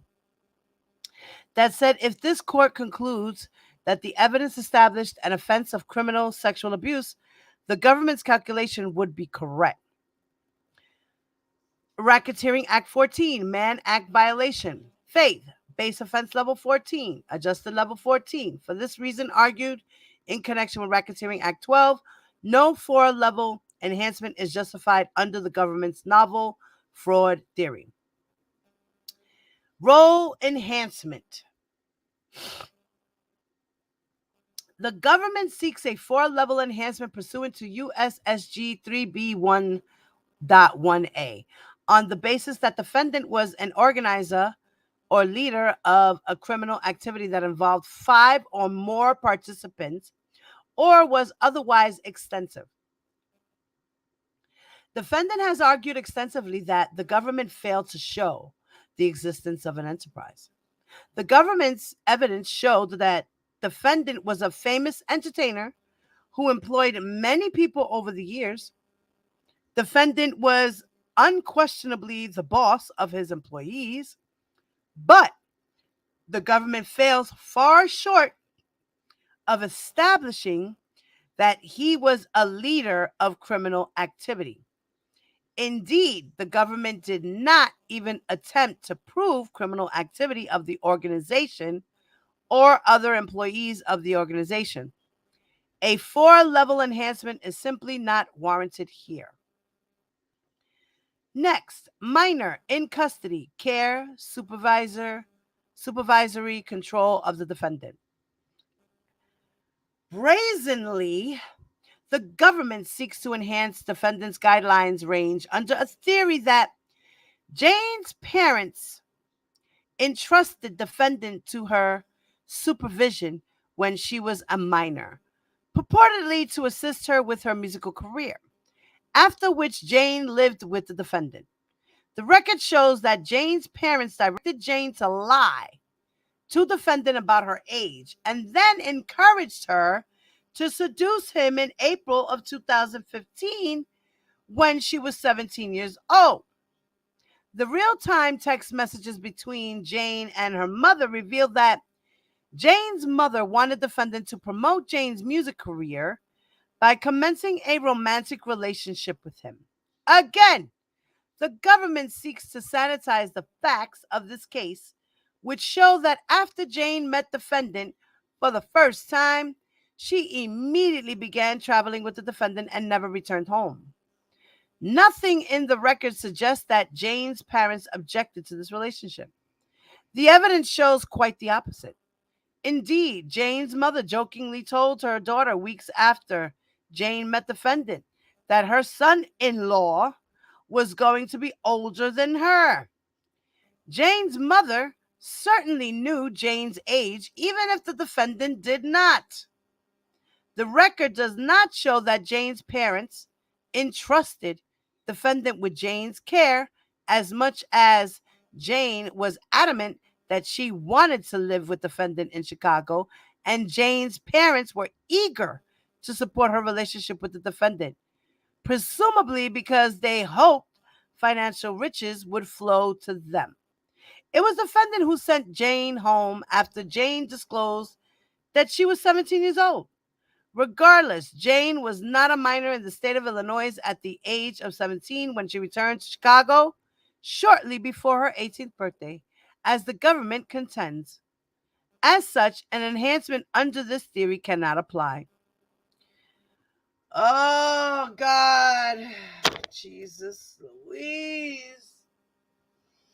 Oh, shit.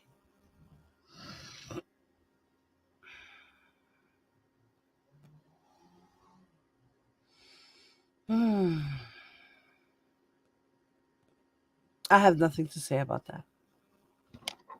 I don't even want to. I'm not even going to get involved in that one. P. Adjusted offense level. Now, the following chart summarizes defendant's position regarding the offense level for each grouped count. Now, defendant contends that racketeering acts 5, 6, and 7 should be grouped pursuant to the USSG 3D1.2a, as should racketeering acts 9 and 10. Probation agrees. So racketeering act 1, 12. Racketeering act 2, 32. Acts 5, 6, and 7, 32. Act 8, 13. Act 9 and 10, counts 2, 3, 4, and 5, 32. Racketeering Act 11, 22. Act 12, counts 6 and 7, 14. Racketeering Act 13, 22. Racketeering Act 14, counts 8 and 9 are 14. Now, defendant contends that the combined offense level is 35. So the offense level applicable to the group with the highest offense level is 32. So pursuant to USSG 3D1.4, the number of units that the remaining groups represent, the offense level should be increased by 3 levels. 3 units for a total of 35. Because defendant's criminal history score is 1. The guidelines range properly calculated is 168 to 210 months. In conclusion, for the foregoing reasons, defendant's sentencing range is 168 to 210 months, 168 to 210 months, as will be set forth in defendant's supplemental sentencing memorandum. Defendant should be sentenced to a below guideline sentencing. Respectfully, Bonjean. Zara, zara, za. And there you have that, guys. And there you have that. So let's see what you guys were saying. Let's see how far back I can go.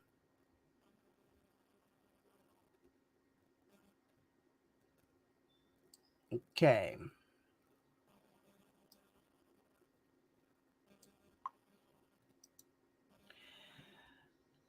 God's will be done. I want to see in him a transformed heart and willfully accountability.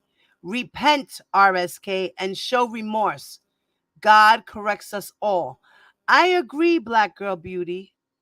I agree. And according to J Block, what was his name? J Block? Jock the Block. Jock. According to Jock the Block, he wasn't praying in there. He wasn't doing none of that. So that's out. James, I have a problem. What's up, James? What's up, Black Girl Beauty? What's up, Karen A? His character is not that good. Right. Wow, wow, wow. What a way to start Friday. For real. Hey, I'm Noel for life. Welcome, welcome, Mama. And you're welcome for reading those transcripts. Nettie Boo Boo, what's up, baby? Okay. She's telling Auntie Ann, how do you hear job? Wait, she's telling Auntie Ann, how do you hear? She's telling Auntie Ann, how do you hear your job? And you're thanking Boston. You're welcome, Boston. Okay. Hey, Just V, what's up, my freaking leak mamita? All right, let's see. She says his charges are similar to Keith Raniere, so I think it's going to be heavy. Okay. Okay. Everybody's saying hi. Hey, Wings, what's up, mama? My public art sellers group in Facebook, Wings Fluid Gallery. Go follow Wings, guys, on Facebook. Okay. T-Bam said, I agree. M. Noels for Life said, based on his trash history, he's getting the max. Just V, wasn't she his appellate attorney also? True Strong, good morning, mommy. Good morning, Black Diamond again. Okay, hey, Karen Johnson. What's up, mama? Hey, Karen J. Okay, so glad I'm off to watch this live. Hey, I'm glad you are too, mama. Congratulations, Noonie, once again. Yes, the baby's name is Valencia. Congratulate our girl, Noonie. Yes. Diva, forget the other cases. That's not how big works. Hey, Noonie, our new baby girl. Yes, she's joined the family. Yes, she has. Yes, guys, please hit that like button. Thank you very much for those that are in the bushes, watching from the trees and hanging out. The ones that love me, please don't forget to hit that like button. And for the haters that are watching, please be nice. Thank you. I wonder what brand of calculator Boho is using. She's using the sentencing guideline calculator, girl. Bonjean, you can't expect mercy from the judge if you are constantly calling out the judge. Wow, good point, James. Good point. You got to be nice to the judge. Are we going to hear victim impact statements? I hope we do, honey. I hope we do. I hope we do. Blade, what's up, my love? Okay, let's see. Hey, Chocolate, what's up, chocolate? What's up, lady? Okay. They still blaming Demetrius. Yeah, Demetrius was a wreck. I mean, that guy was I think he still should have went to jail. Fuck him. He should have went to jail right next to R. Kelly. Word up. Seriously. Yes, the marriage license, right. The marriage license was true. There was a marriage. Yes, they got married. He is not and will not be free. The pissing man will be going straight to prison. Facts. T-Bam, I agree. Since RSK is not taking responsibility or accountability of his action, he should get life. He is still blaming others. Greenberg admitted to the marriage. Nothing new. Exactly. One thing for sure, Bonjean admits what he has done illegally. Yes, I agree. She really has. Right? Flipping all about time. Right. Wow, wow, bloody wow. Hey, Mom Life, what's up, baby? 14 to 15 years. 14 to 15 years is not enough for the decades of shit he's done. Fuck out of here. Take, yes, I know it's their job, but they want leniency, and RSK needs to admit his guilt also. Yes, he, I want to, man, I wonder if he's going to make a statement. I wonder. Not at all, Blade, not at all. Not at all brought time for his crimes and probably still got some enablers doing things. Yes. Hey, Aisha, what's up, mama? Yep, everyone was used. They were scared they be fired. They came from poor families. She said, T-Bam, I know he did. Yes, tap that likes. Thanks, guys. Share with the family and friends so they hear this. Yes. Yes. Thank you, mama. Thank you, Karen J. Why would he, Nettie Boo said, why would he agree? He won't even admit it. RSK disagrees with Stephanie, as they should. He disagrees, but didn't fight it in court. Right, like the strangest fucking thing. What's up, Indigo? Black Diamond said, if any of the victims of RSK contracted herpes, and since herpes is for life, then RSK should get life, in my opinion. Yes, ma'am. Okay, let's see. Yes, thank you guys. Please make sure you hit that like button. If you're not subscribed, please do so. Thank you. Yeah, right. Sonia wasn't proven. Diva, you're doing an amazing job. Really appreciate you. Thank you, mama. Okay, Sonia, yes, she was thrown out. Good morning, Sharice. Good morning, baby. Hi, mama. Yes, the United States sentencing guideline is what they're using, Candy. Yes. Yes. Okay. All right. Well, the text from Rob to Geronda Pace begged to differ that he didn't pursue her. Right, because he was still asking her to come. I mean, at first it was because of Bubba, right? Bubba was the one who invited her. It was Bubba who invited her. She don't understand what happened. Boho, a joke. Geronda was a minor and he knew her age. Right. Even after the fact, he knew her age. Must say he never picked the best looking women. Oh, Lord. YouTube defense, literally. I swear, I think RSK has groomed Bojo Pogene too. I'm pretty sure he has, with his magic words. I believe I can fly. In other words, Boho saying that her client is guilty. Right. Right.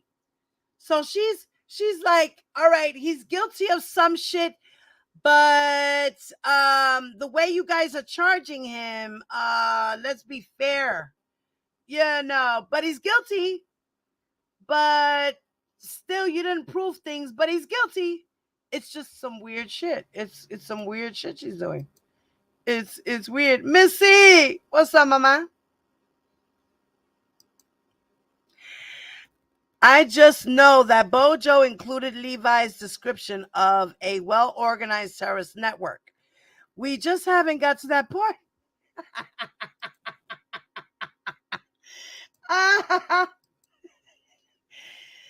Take, you took the words right out of my mouth. Oh, so funny. She said, I needed this morning laugh. That's right. Don't forget to hit that like button, guys. Happy Friday to all of y'all. He needs 30 years minimum. Okay, emo. Didn't that driver say he picked her up, and didn't they have texts of him inviting her? Damn. You know what, Take? I don't.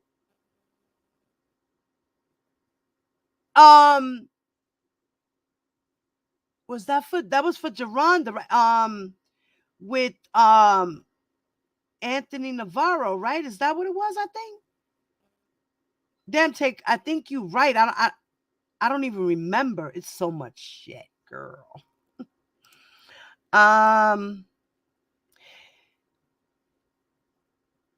It does if the person is a minor and the adult is a superstar, dumb cunt. How does she not know this? Oh, man. Listen, 30 years isn't enough for the bodies this man has under his belt. Let him sit, finally.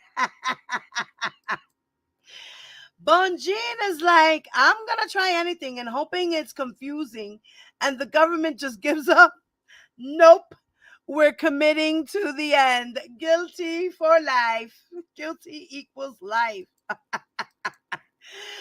Boho trying extra hard for anything to stick. She really is. I mean, she's doing her job. Deny, deny, denied. The government is going to deny, deny, deny. This is not trial. This is not trial. This is sentencing. Blade and plenty more we don't know about. Right. Life equals 25 years. Correct. Right. Denied for sure. T-Bam that part. Candy, she's really sounds dumb as fuck. And now the buzzards are going to run with it. Girl, you know how they're going to spin that whole shit. And the law doesn't say what she says. It does if it's a minor and a person in a position of authority or power. Facts. Let him sit until his songs cure herpes.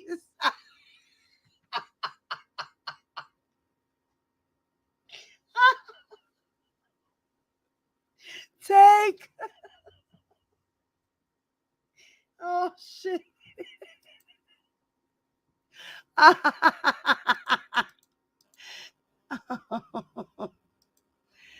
Oh, man. Thank you, guys. Thank you, TBM. I don't trust the court system, not even the Supreme Court of the United States. You know, I don't trust the system either. They fucking funny. I agree. Listen, I agree. You know, but, you know, when the evidence is stacked against you, I mean, how can you fight this shit? You know? When there's not sufficient evidence and someone's found guilty, you're kind of like, ooh, because is it really true? Could there have been more evidence for his proof? Like, there's things that make you go, I'm not saying that the government is always right, because sometimes they get that shit wrong. But in this case, that shit is right. Okay. I can't. Billie Jean trying this issue. She is. She's doing her job, but it's disgusting. It really is. That she chose a job to defend this pile of garbage with the evidence at hand.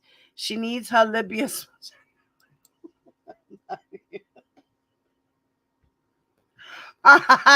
Yo, take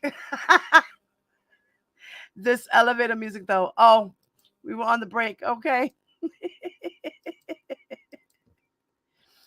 Okay. I am chocolate. I'm trying to, girl. My sugar was high. It was 256. So yeah, I'm gonna take another pill. Matter of fact, let me take it now.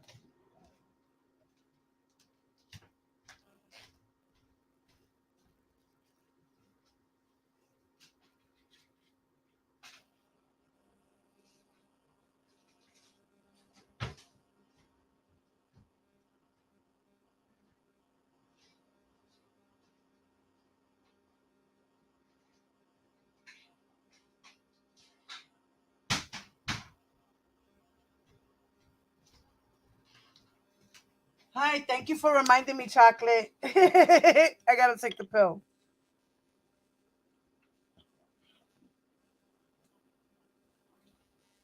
Ah, okay. Okay, the audio has feedback. Okay. I'm going to need you to eat and handle your business before you come here, even though I agree.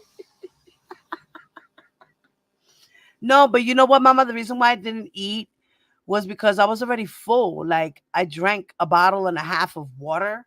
So I was already full. So I couldn't eat.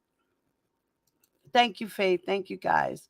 Hey, Sharice. We can come back to this diva. Okay. Diva Divine, you are not clear. Okay. That was the audio situation. Okay. All right. All right. Hey, Miss T. What's up, Mama? I don't know if you're still in here, but welcome, welcome, baby. My audio's I gotta get a new mic, guys. Oh, yes, and guys, please don't forget, if you get a chance, thank you, Sharice, for that. This site that I have on the screen here is for Joycelyn Savage. Please go and make a pledge for her. There's instructions, there's steps on how to do it. You can pledge to be her friend. You can pledge to take her out to places. You can pledge to give her some type of service, whether it be nails or hair or, a day of the spa. Or if you're a professional, to give services for some type of counseling, things like that. Okay. Or just to be her friend. All right. The website, Sharice has posted it.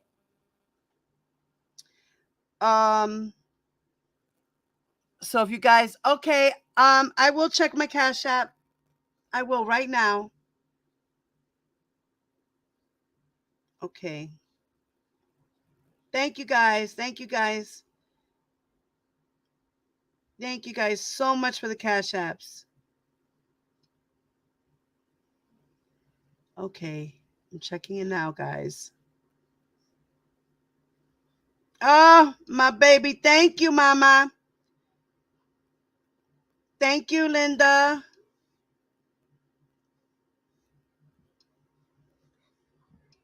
Okay, who else? Thank you, Diamond. Thank you, T-Bam. I love you guys. Thank you so much, ladies. God bless you. Thank you. Hopefully, this is what y'all gave me is going to be towards my microphone. So I could, yeah, hopefully I could get my microphone. What was the amount? Okay. Maybe if I get a couple of more Cash Apps, I could get it. All right. Let's see. Thank you so much, guys. You guys just bought me my new microphone. I love you. Thank you so much. For real. Word. Nettie Boo said, this is not trial. Okay, I did read that already. Okay. Didn't he strangle her? Yes, and spit in her face. She knew he could be violent. The threat was implied with his size and time of voice. Sit the duck down, Billie Jean D9. Greatly put, take, greatly put. Okay. All right. All right. All right. My audio got better.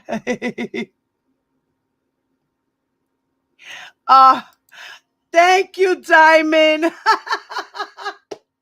Thank you, Diamond and T-Bam. Thank you, guys. Thank you, guys, for letting everybody know. Thank you, y'all. Yes, I do need a new mic. I can't deal with this piece of shit. Like, I did what I could because I had the money that I had at the moment to get a new one because my other one was completely fucked up. My son messed it up. So I had to get what I could in the moment, you know what I mean? But now it's like acting weird and strange and that's what you get when you go cheap. Sometimes you have to buy expensive. It is good to buy certain things at an expensive price because you know the value of the actual product. You know what I mean? Not all the time, is that right? But yes, thank you guys. My Cash App is $Diva Divine Light, capital D, and a capital L. Everything in the middle is lowercase. All right. Thank you so much, ladies. I appreciate y'all. Thank you. Bullshit. She gave Diana her license with her age to book her flight to California. Boom! There you go, Take. Why is it that nobody brings that part up? You're absolutely right, Take. Hold on one second. Hold on one second, guys. That's my mom.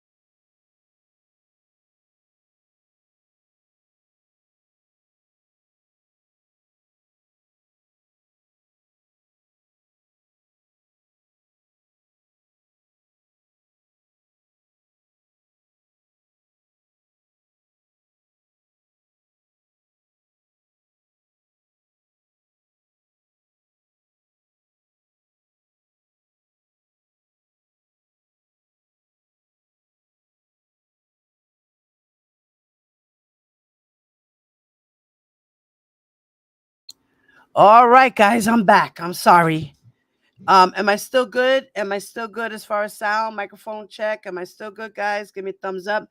Thank you, James. Thank you, Tonbella. Thank you, guys. Let's see, y'all. Okay, let's see. Oh, I'm getting my microphone. I'm about to order it when I get off. Thank you so much, guys. Thank you so much. I believe that should be enough. That right there, that's enough. Because I believe I saw one. It was I think it was $79, And it's one that you got to attach it to the desk, and it has this arm, and it's like a real professional microphone and shit.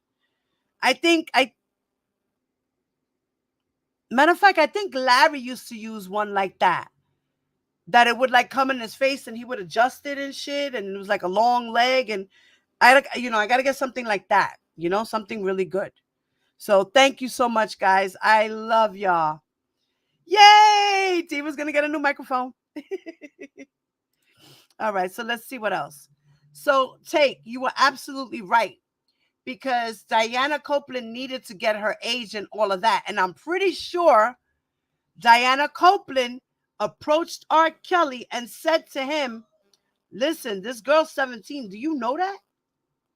I'm pretty sure she did. And he was like, yeah? And when's her birthday? Oh, she'll be 18 in a couple of months. Who gives a fuck? Whatever. And then once that incident happened that she told the truth, then he got a little panicky, decided to say, okay, well, let me talk to my lawyers, see what we could figure out without him getting in trouble to where she could come back. That right there was convincing evidence that he wanted her to come back. He even helped her pack. Like, huh? Like I said, Take, and V, and T-Bam, and all of y'all. What transcripts is she reading? I'm confused. Hey, Miss Mo. What's up, lady? 14 plus years for causing a lifetime of pain and suffering to that many people? No. Pacer court documents are not cheap. We thank all of you in advance. Thank you, mommy. They're absolutely not. Now, the thing is that with Pacer, right? They charge you 10 cents per page. So, depending on how many pages each document is, you're going to be charged if you download it. Okay. And I usually download it because I like to keep it in the file. If I have to go back and look at it, I can. So that's why I download them. And I don't want to have to wait for Keller and his group to post the documents so that I can reach it over there and get it for free, because I get alerts from Court Listener, and every time something comes up, I get alerted through the email. So as soon as I get it is as soon as I download it is as soon as I can bring it to you guys. So yeah, and Pacer bills you every 3 months. You get billed every 3 months. So like I just paid my bill now in May. So my next bill will be in August. June, right. June, July, August, right. So my next bill will be actually in September for those months in between. So I have to make sure I pay for that. And they're 10 cents per page. So if it's 20 pages, that's $2. If it's 65 pages, that's $6.50. You know what I mean? And all that adds up. And I'm not only looking at R. Kelly's case, I'm looking at his Chicago case as well. I'm looking at New York and Chicago and Don Russell's 2 cases and Richard Arline and Michael Williams. It's not just R. Kelly. And I have some stuff from Miss Maxwell and things like that too. So, thank you guys for supporting, because that's where the support goes. When you guys give me the support, that's where it goes back into the channel.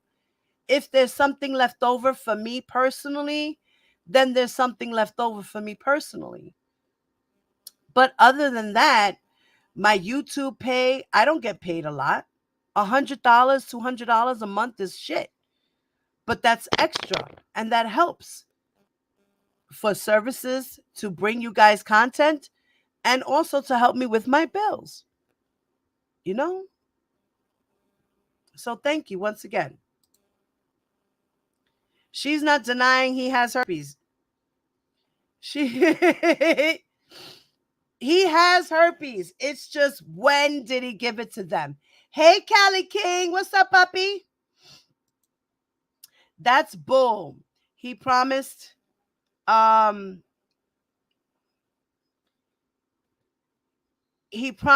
help her with her music career. That girl has herpes forever. Exactly. Just V said, it's just herpes, Bojo. Callie King, what's up, Callie? I hope we're all connected. If not connected, then leave me a comment so I can return the love. Yes, sir. Drop your link, Callie King. If you're still here, man, drop your link, bro. Well, his channel is exactly what it is. Callie King 916. James, right? She's not denying anything. It's a way of saying he did it, but then blaming everybody else because he did it. Make sense? Hey, Danny. What's up, mama? Okay. Hey, Info Media Man. What's up, Papi? Good morning. Peace and respect to you too, Papi. Just V says, so she's not denying that he slept with her at 17. Exactly. Pay attention, supporters. Please do. Like I said, she admits shit that she needs to admit, but she's still trying to sway the best that she can. Okay?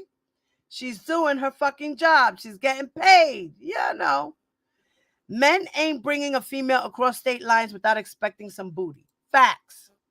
You can't fly a minor from a state where AOC is 18 to a state with a lower AOC, so it's legal. That's not how it works, Bonji. Well, the thing is, yes, he took her exactly across state line from whether she paid for the ticket herself or not, he still persuaded her to go. He asked her to come to the concert. He still asked her, no matter what. It's in the trial information, guys. Just be. She's not denying anything. That's what I'm watching. Right. Bojo tried it. Didn't she? She sure did. Nettie, she has admitted everything with which he's being charged with. Right. Base level 32, give him 40. Almost. I almost passed my classes in school. Hey, you go, James. You go, James. I'm on my math section of school, guys. Hey, Joanne. Thank you, Joanne, mama. Okay. She agrees that he's guilty, but wants him to get a light sentence. Right. You know, she's like, take it easy on him. He's old. You know. Hello again, everyone in the stream. What's up, Miss T? Okay. All right. Except it wasn't legal because he transported her across state lines. Hey, my honey bunny. What's up, lady? I would not want to be her no matter how much money there is. No honor in defending a pedo. Facts. I cannot. Yes. Honey, I agree with you. How did he still believe she was 18 when Diana took her license saying she was 17 to fly her to California? Exactly. And you know what? They did not use those text messages. Remember, the judge took out those text messages. That sounds like foul pot commentary. It's rainy morning in Kelsville. He used them to make plans with her as a minor. Exactly. She's going hard. She should have been Jeffrey Dahmer's attorney. Oh, God. Guess what, guys? I'm going to go through your comments real quick because before I end this live, I got a couple of things to show you guys, okay? P-Hive actually says he's going to get time served, and there was nothing in Eastern District, New York that even deserved 14 years. I cannot. What? Okay, that must be the Inspector Gadget crew. That's sad. The sad part is that RSK made everybody around him sign, act, or do something illegal to keep them from telling on him. Facts. Facts, T-Bam. Knew and did everything. RSK knew and did everything he was charged for, period. RSK can't read, but he sure as hell knew what the hell he was doing. Facts, Diamond. I believe he can read to a certain extent, but can't write worth a damn. He can read and he can write. Listen, if he has dyslexia, that does not mean that he cannot read or write. It just means he cannot pronounce the words the way they should be spelled. Certain letters look backwards to him. And being that he never got the proper help he needed, he's still in the same situation he was when he was a kid. So she's just going to elude the fact that, as they said, he used his fame as the coercion. Right, honey. Exactly. Tombella says, I'm annoyed with these motions by her. The jury already decided guilt to these charges. Facts, Tombella, I'm with you on that. That's not what Faith said. She said she felt forced. Yes, she did. That too, Take. I agree. They are trying to prolong all his cases. Sentencing is inevitable. It's time for the Pied Piper to pay the piper. Okay, if you see my thumbnail, it says time's up. That's it. We're done. Time's up, bro. Like, take a seat. BJ needs her mental checked. Tombella, it's like they trying to try the case again. Right. I mean, she's trying her best to rewrite the trial. Like, it's crazy to me. All right, Diamond Mama. Yup, like trying to get them to slip up or something like, huh? Right. That's exactly what she's doing. Alice said the opposite. She said focus on her music and not fucking him. Thank you. Bing, bing, bing. Bing, bing.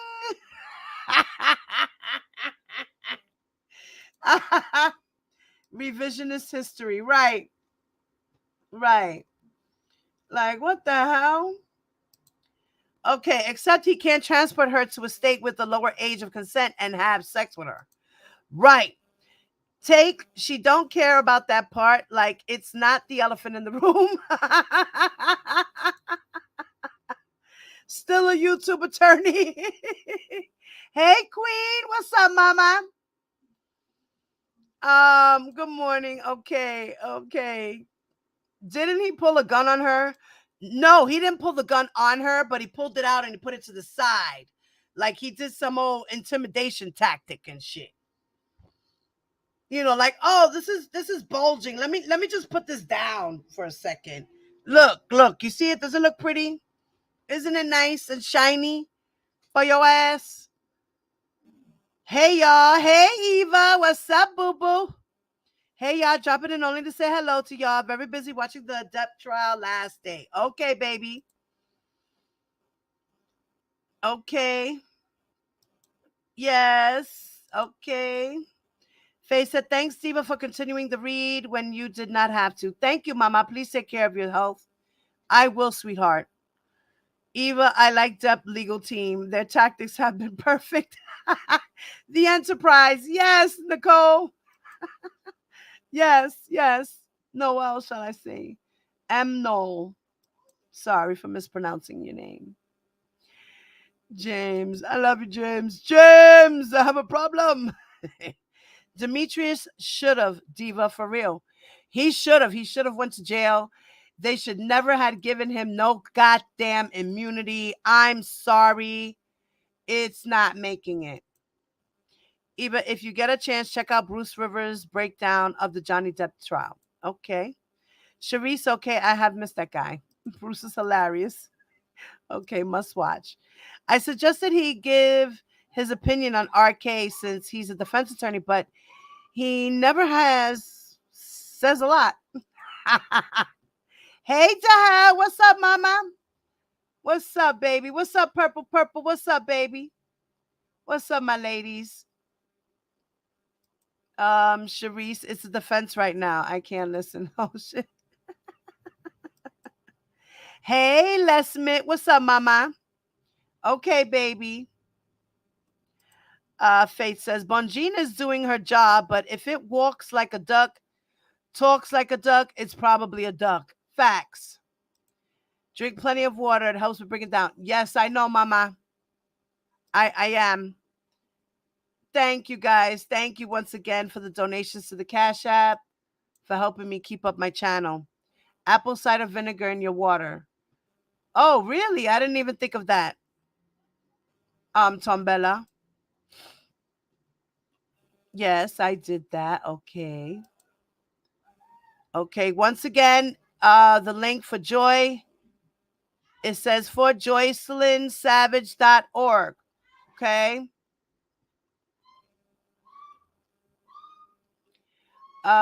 Diva, as always, I'm on replay. I know, mama. Don't worry about it, baby. I love you, Eva. Sharice, that's for Joy. Will she be responding? I don't know if she'll be responding to that because I know that that's something that her parents put up for her.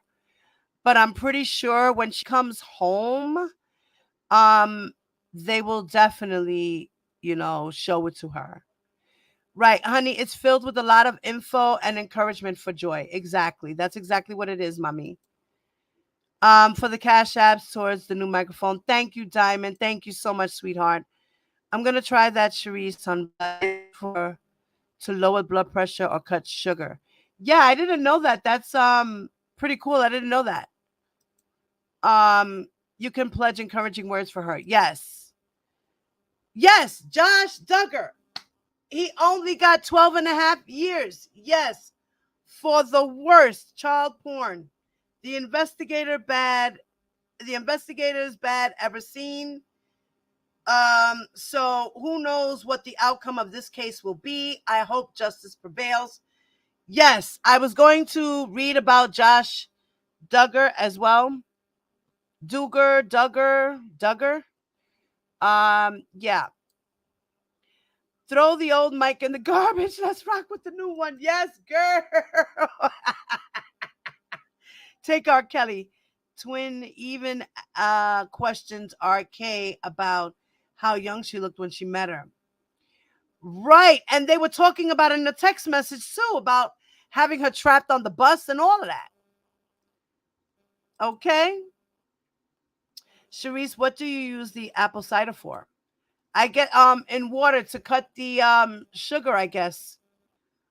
Why is everyone under the sun lying but RK? Fuck out of here. Okay, back to work. Hey, all my beautiful people, have a great Friday and weekend. You too, sis. I suggest Bragg's or Walmart organic brand honey. Okay, all the Cash Appers, y'all, you are all amazing for helping Diva. Yes, thank you guys for helping me out. You are absolutely amazing. Candy, I use it for overall health. It's a lot of benefits from it. Both sides of my family suffer from heart issues and high blood pressure. Oh, okay. So it helps with that too.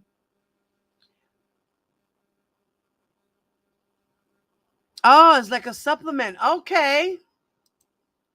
Okay. It's good. It's done wonders for me, honey. That's the brand I use as well. I also use it for cooking. Oh, okay.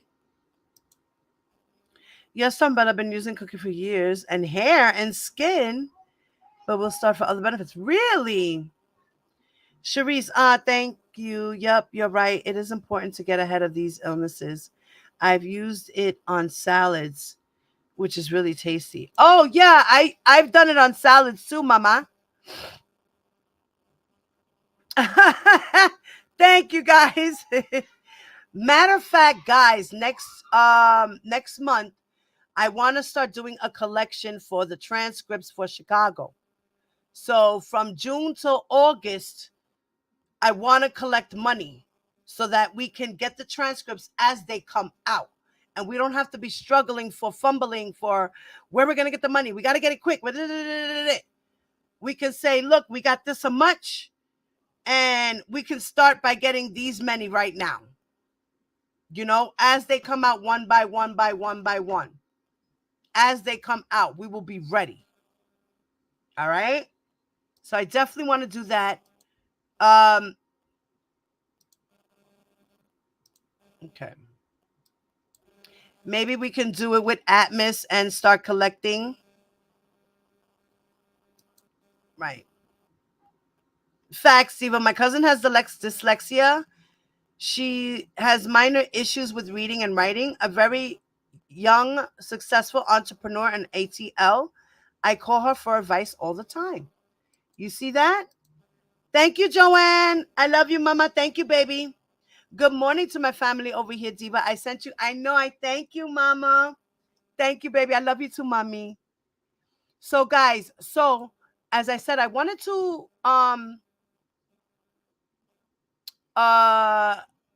where did I put it? Okay, wait, I gotta find it. All right, give me a sec, guys. I'm going to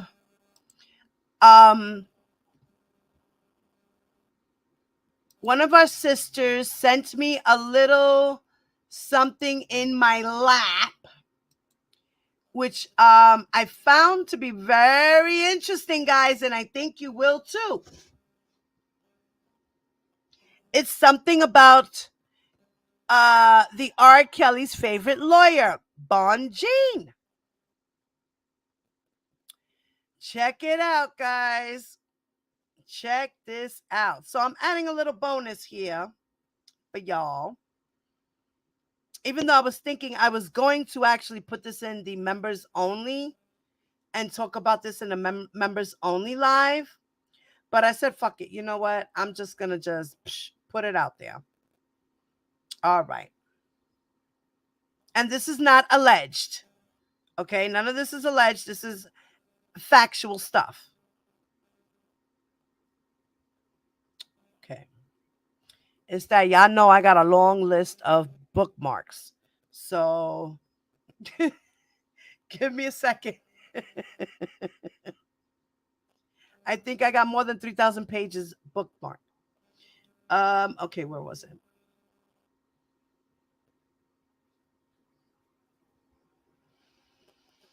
What was the title again?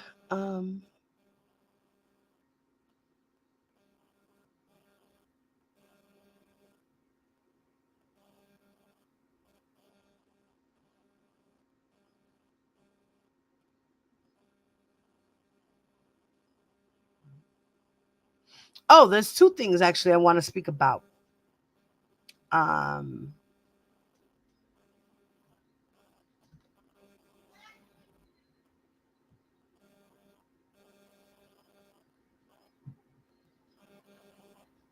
All right, where the hell is it? Oh God, let me see something. Shit. Where is it? I think I'm gonna have to go back to.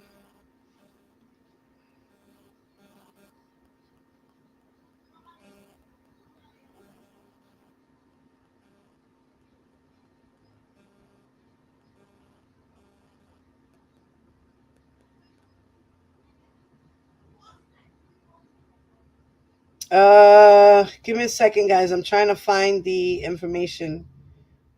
Let me go. Where did I put it? All right. Give me a sec.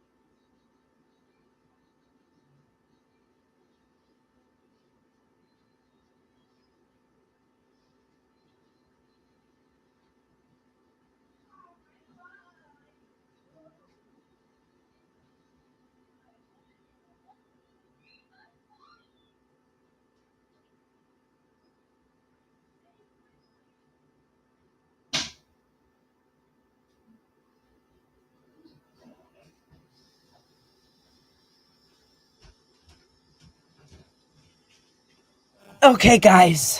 Thank you, Karen. All right. Here we go. Again.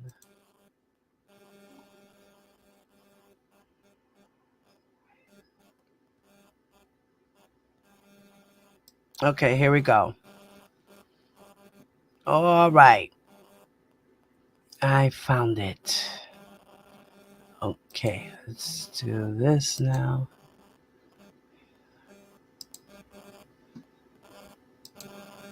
Okay. Let me share my screen with y'all. Well, it's window actually, I believe. Oh, wait.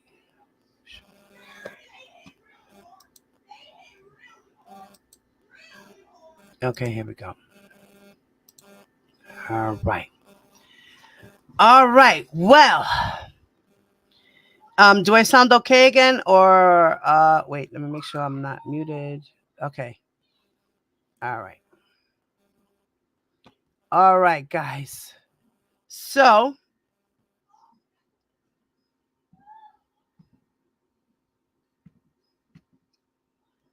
okay. All right. Now you see this article here. This article came out June 11th of 2015. And it says, OMG. The cops busted me for drinking. And I'm totally having my mommy sue. All right. See the girl there? That's Jennifer Bonjean's daughter.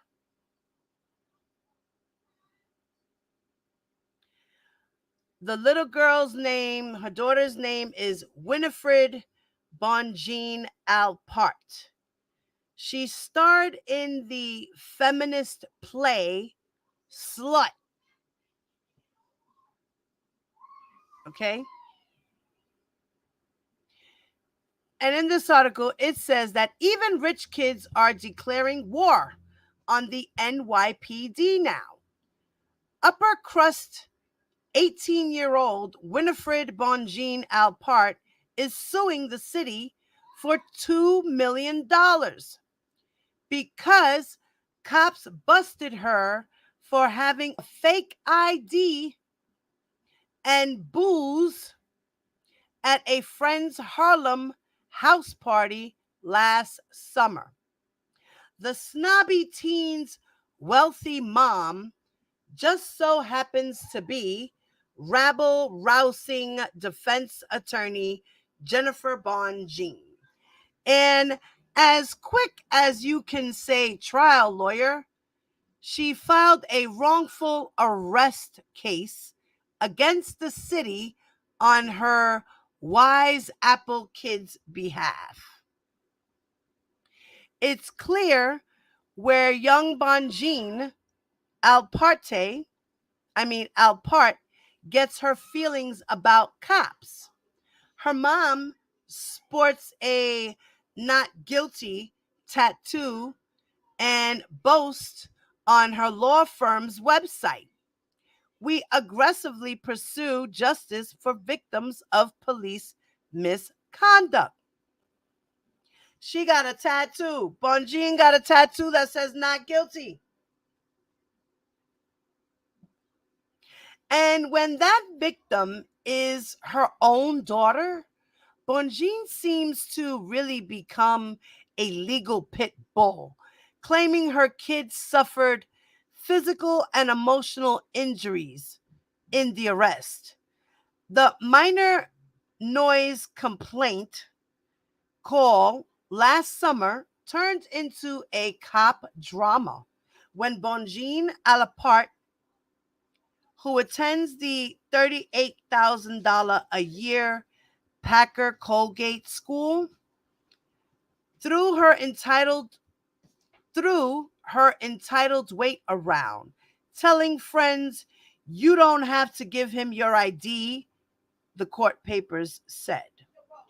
Then, when the officers pulled a fake ID from the teen's bag, she bragged, "Yeah, I know it's fake. Everyone has one. So what?" Then, the then 17-year-old was busted on charges of disorderly conduct, criminal possession of a forged instrument, and possession of alcohol by a person under 21. Now, during the arrest, Bonjean Alpart claims that cops slammed her against a wall and put her in a holding cell with adult men. Locking a female minor up with men violated Bonjean Alpart's constitutional rights. Her mom fumes in the Manhattan Supreme Court, filing. Wait.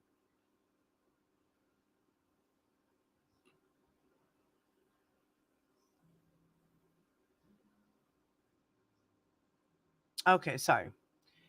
Her mom fumes in the Manhattan Supreme Court filing. The miffed mom also agrees that the cops had no probable cause for her daughter's arrest and questions if police actually found a fake ID. The family demands $2 million. Although Manhattan Criminal Court Justice Ann Schitzer upheld the alcohol and fake ID charges, the disorderly conduct charges were dropped after Schitzer found Bonjean Alpart's behavior did not rise to the level of a breach of the peace. So her record will be wiped clean if she stays out of trouble. And a fledgling actress, Bonjean Alpart, starred in the critical acclaimed Fringe Festival play called Slut. So before the family can formally file her suit, it needs permission from the court because Bonjean Alpart's mom missed a deadline related to cases against the city. So what do you know? Bonjean's daughter isn't such a good little girl. She was a bad little girl. Huh? She was a bad little girl. Bad little girl. Okay. All right. So that's what that is, guys. Let me stop sharing that. Okay. Let's see here.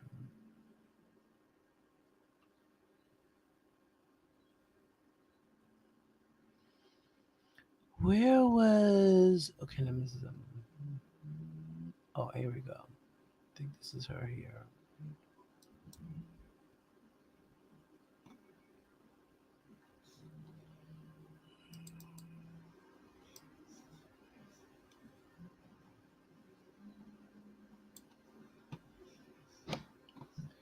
All right. All right, let me share this last thing with you guys, and then I am out of here.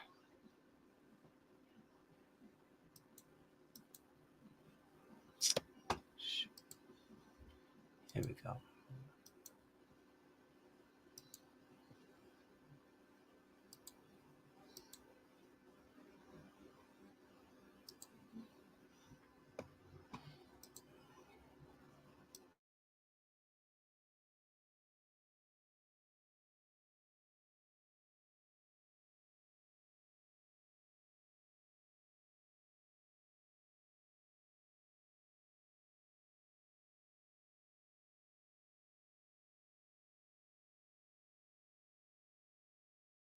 All right, guys. So I'm going to take you out with this last little information, and it's on Bill Cosby and his trial. Okay?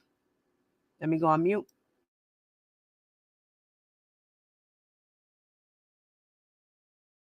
He may be out of prison, but he's still not out of legal hot water. Bill Cosby was back on trial today, this time facing a civil trial from a woman who says she was just 16 years old when the now disgraced comic molested her. Bill Cosby is on trial again.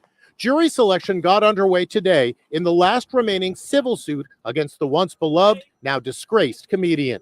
64-year-old Judy Huff claims Cosby sexually molested her at the Playboy Mansion when she was 16. Bill Cosby is 84. He's not expected to testify or even attend the trial. Instead, jurors are likely to see video depositions he made several years ago. In an unexpected twist, just 2 weeks ago, Judy Huff changed the date she was allegedly assaulted from 1974 to 1975. The accuser may have made an enormous misstep. For years, she said this happened in a certain year in the 70s. And then 2 weeks before trial, she says, I was wrong. It was a different year. That could destroy her credibility. Huff's lawsuit claims when she emerged from the bathroom, she says she found Cosby sitting on the bed. He then proceeded to sexually molest her. Cosby's spokesman, Andrew Wyatt, is observing the LA court drama. We feel that this is a trial by assassination to continue to assassinate his reputation, his character, and now his livelihood. And the facts don't add up to what Ms. Huff is stating. Gloria Allred is representing Judy Huff. This is not a trial by ambush. This is a trial by evidence. In 2018, Cosby was sentenced to up to 10 years for indecent assault. But after serving 2.5 years in state prison in Pennsylvania, his conviction was overturned. He was released last year. Approximately 60 women have accused Cosby of sexual misconduct, which he has denied, saying any encounters were consensual. He still faces one more lawsuit in connection with an alleged assault of an actress who appeared on The Cosby Show.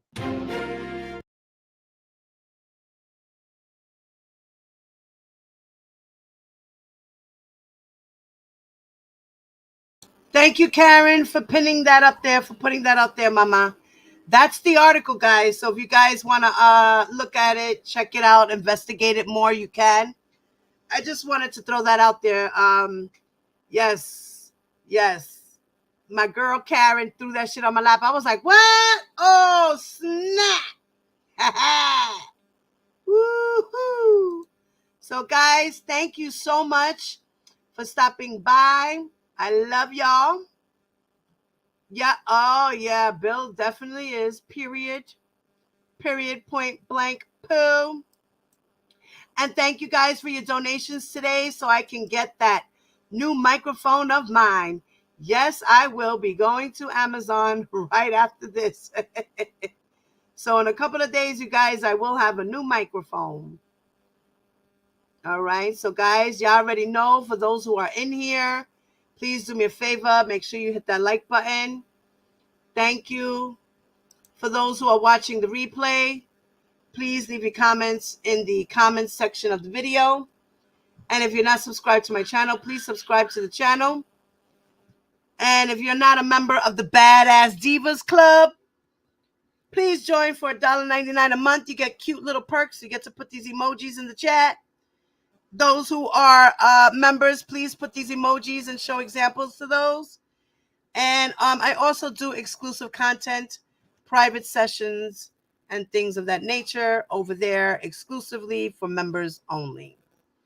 And guys, I am out. Diva Divine Light is out. Have a wonderful Friday. You know it's Fuckery Friday. Who knows what's going to happen by the end of the night? So, guys, peace.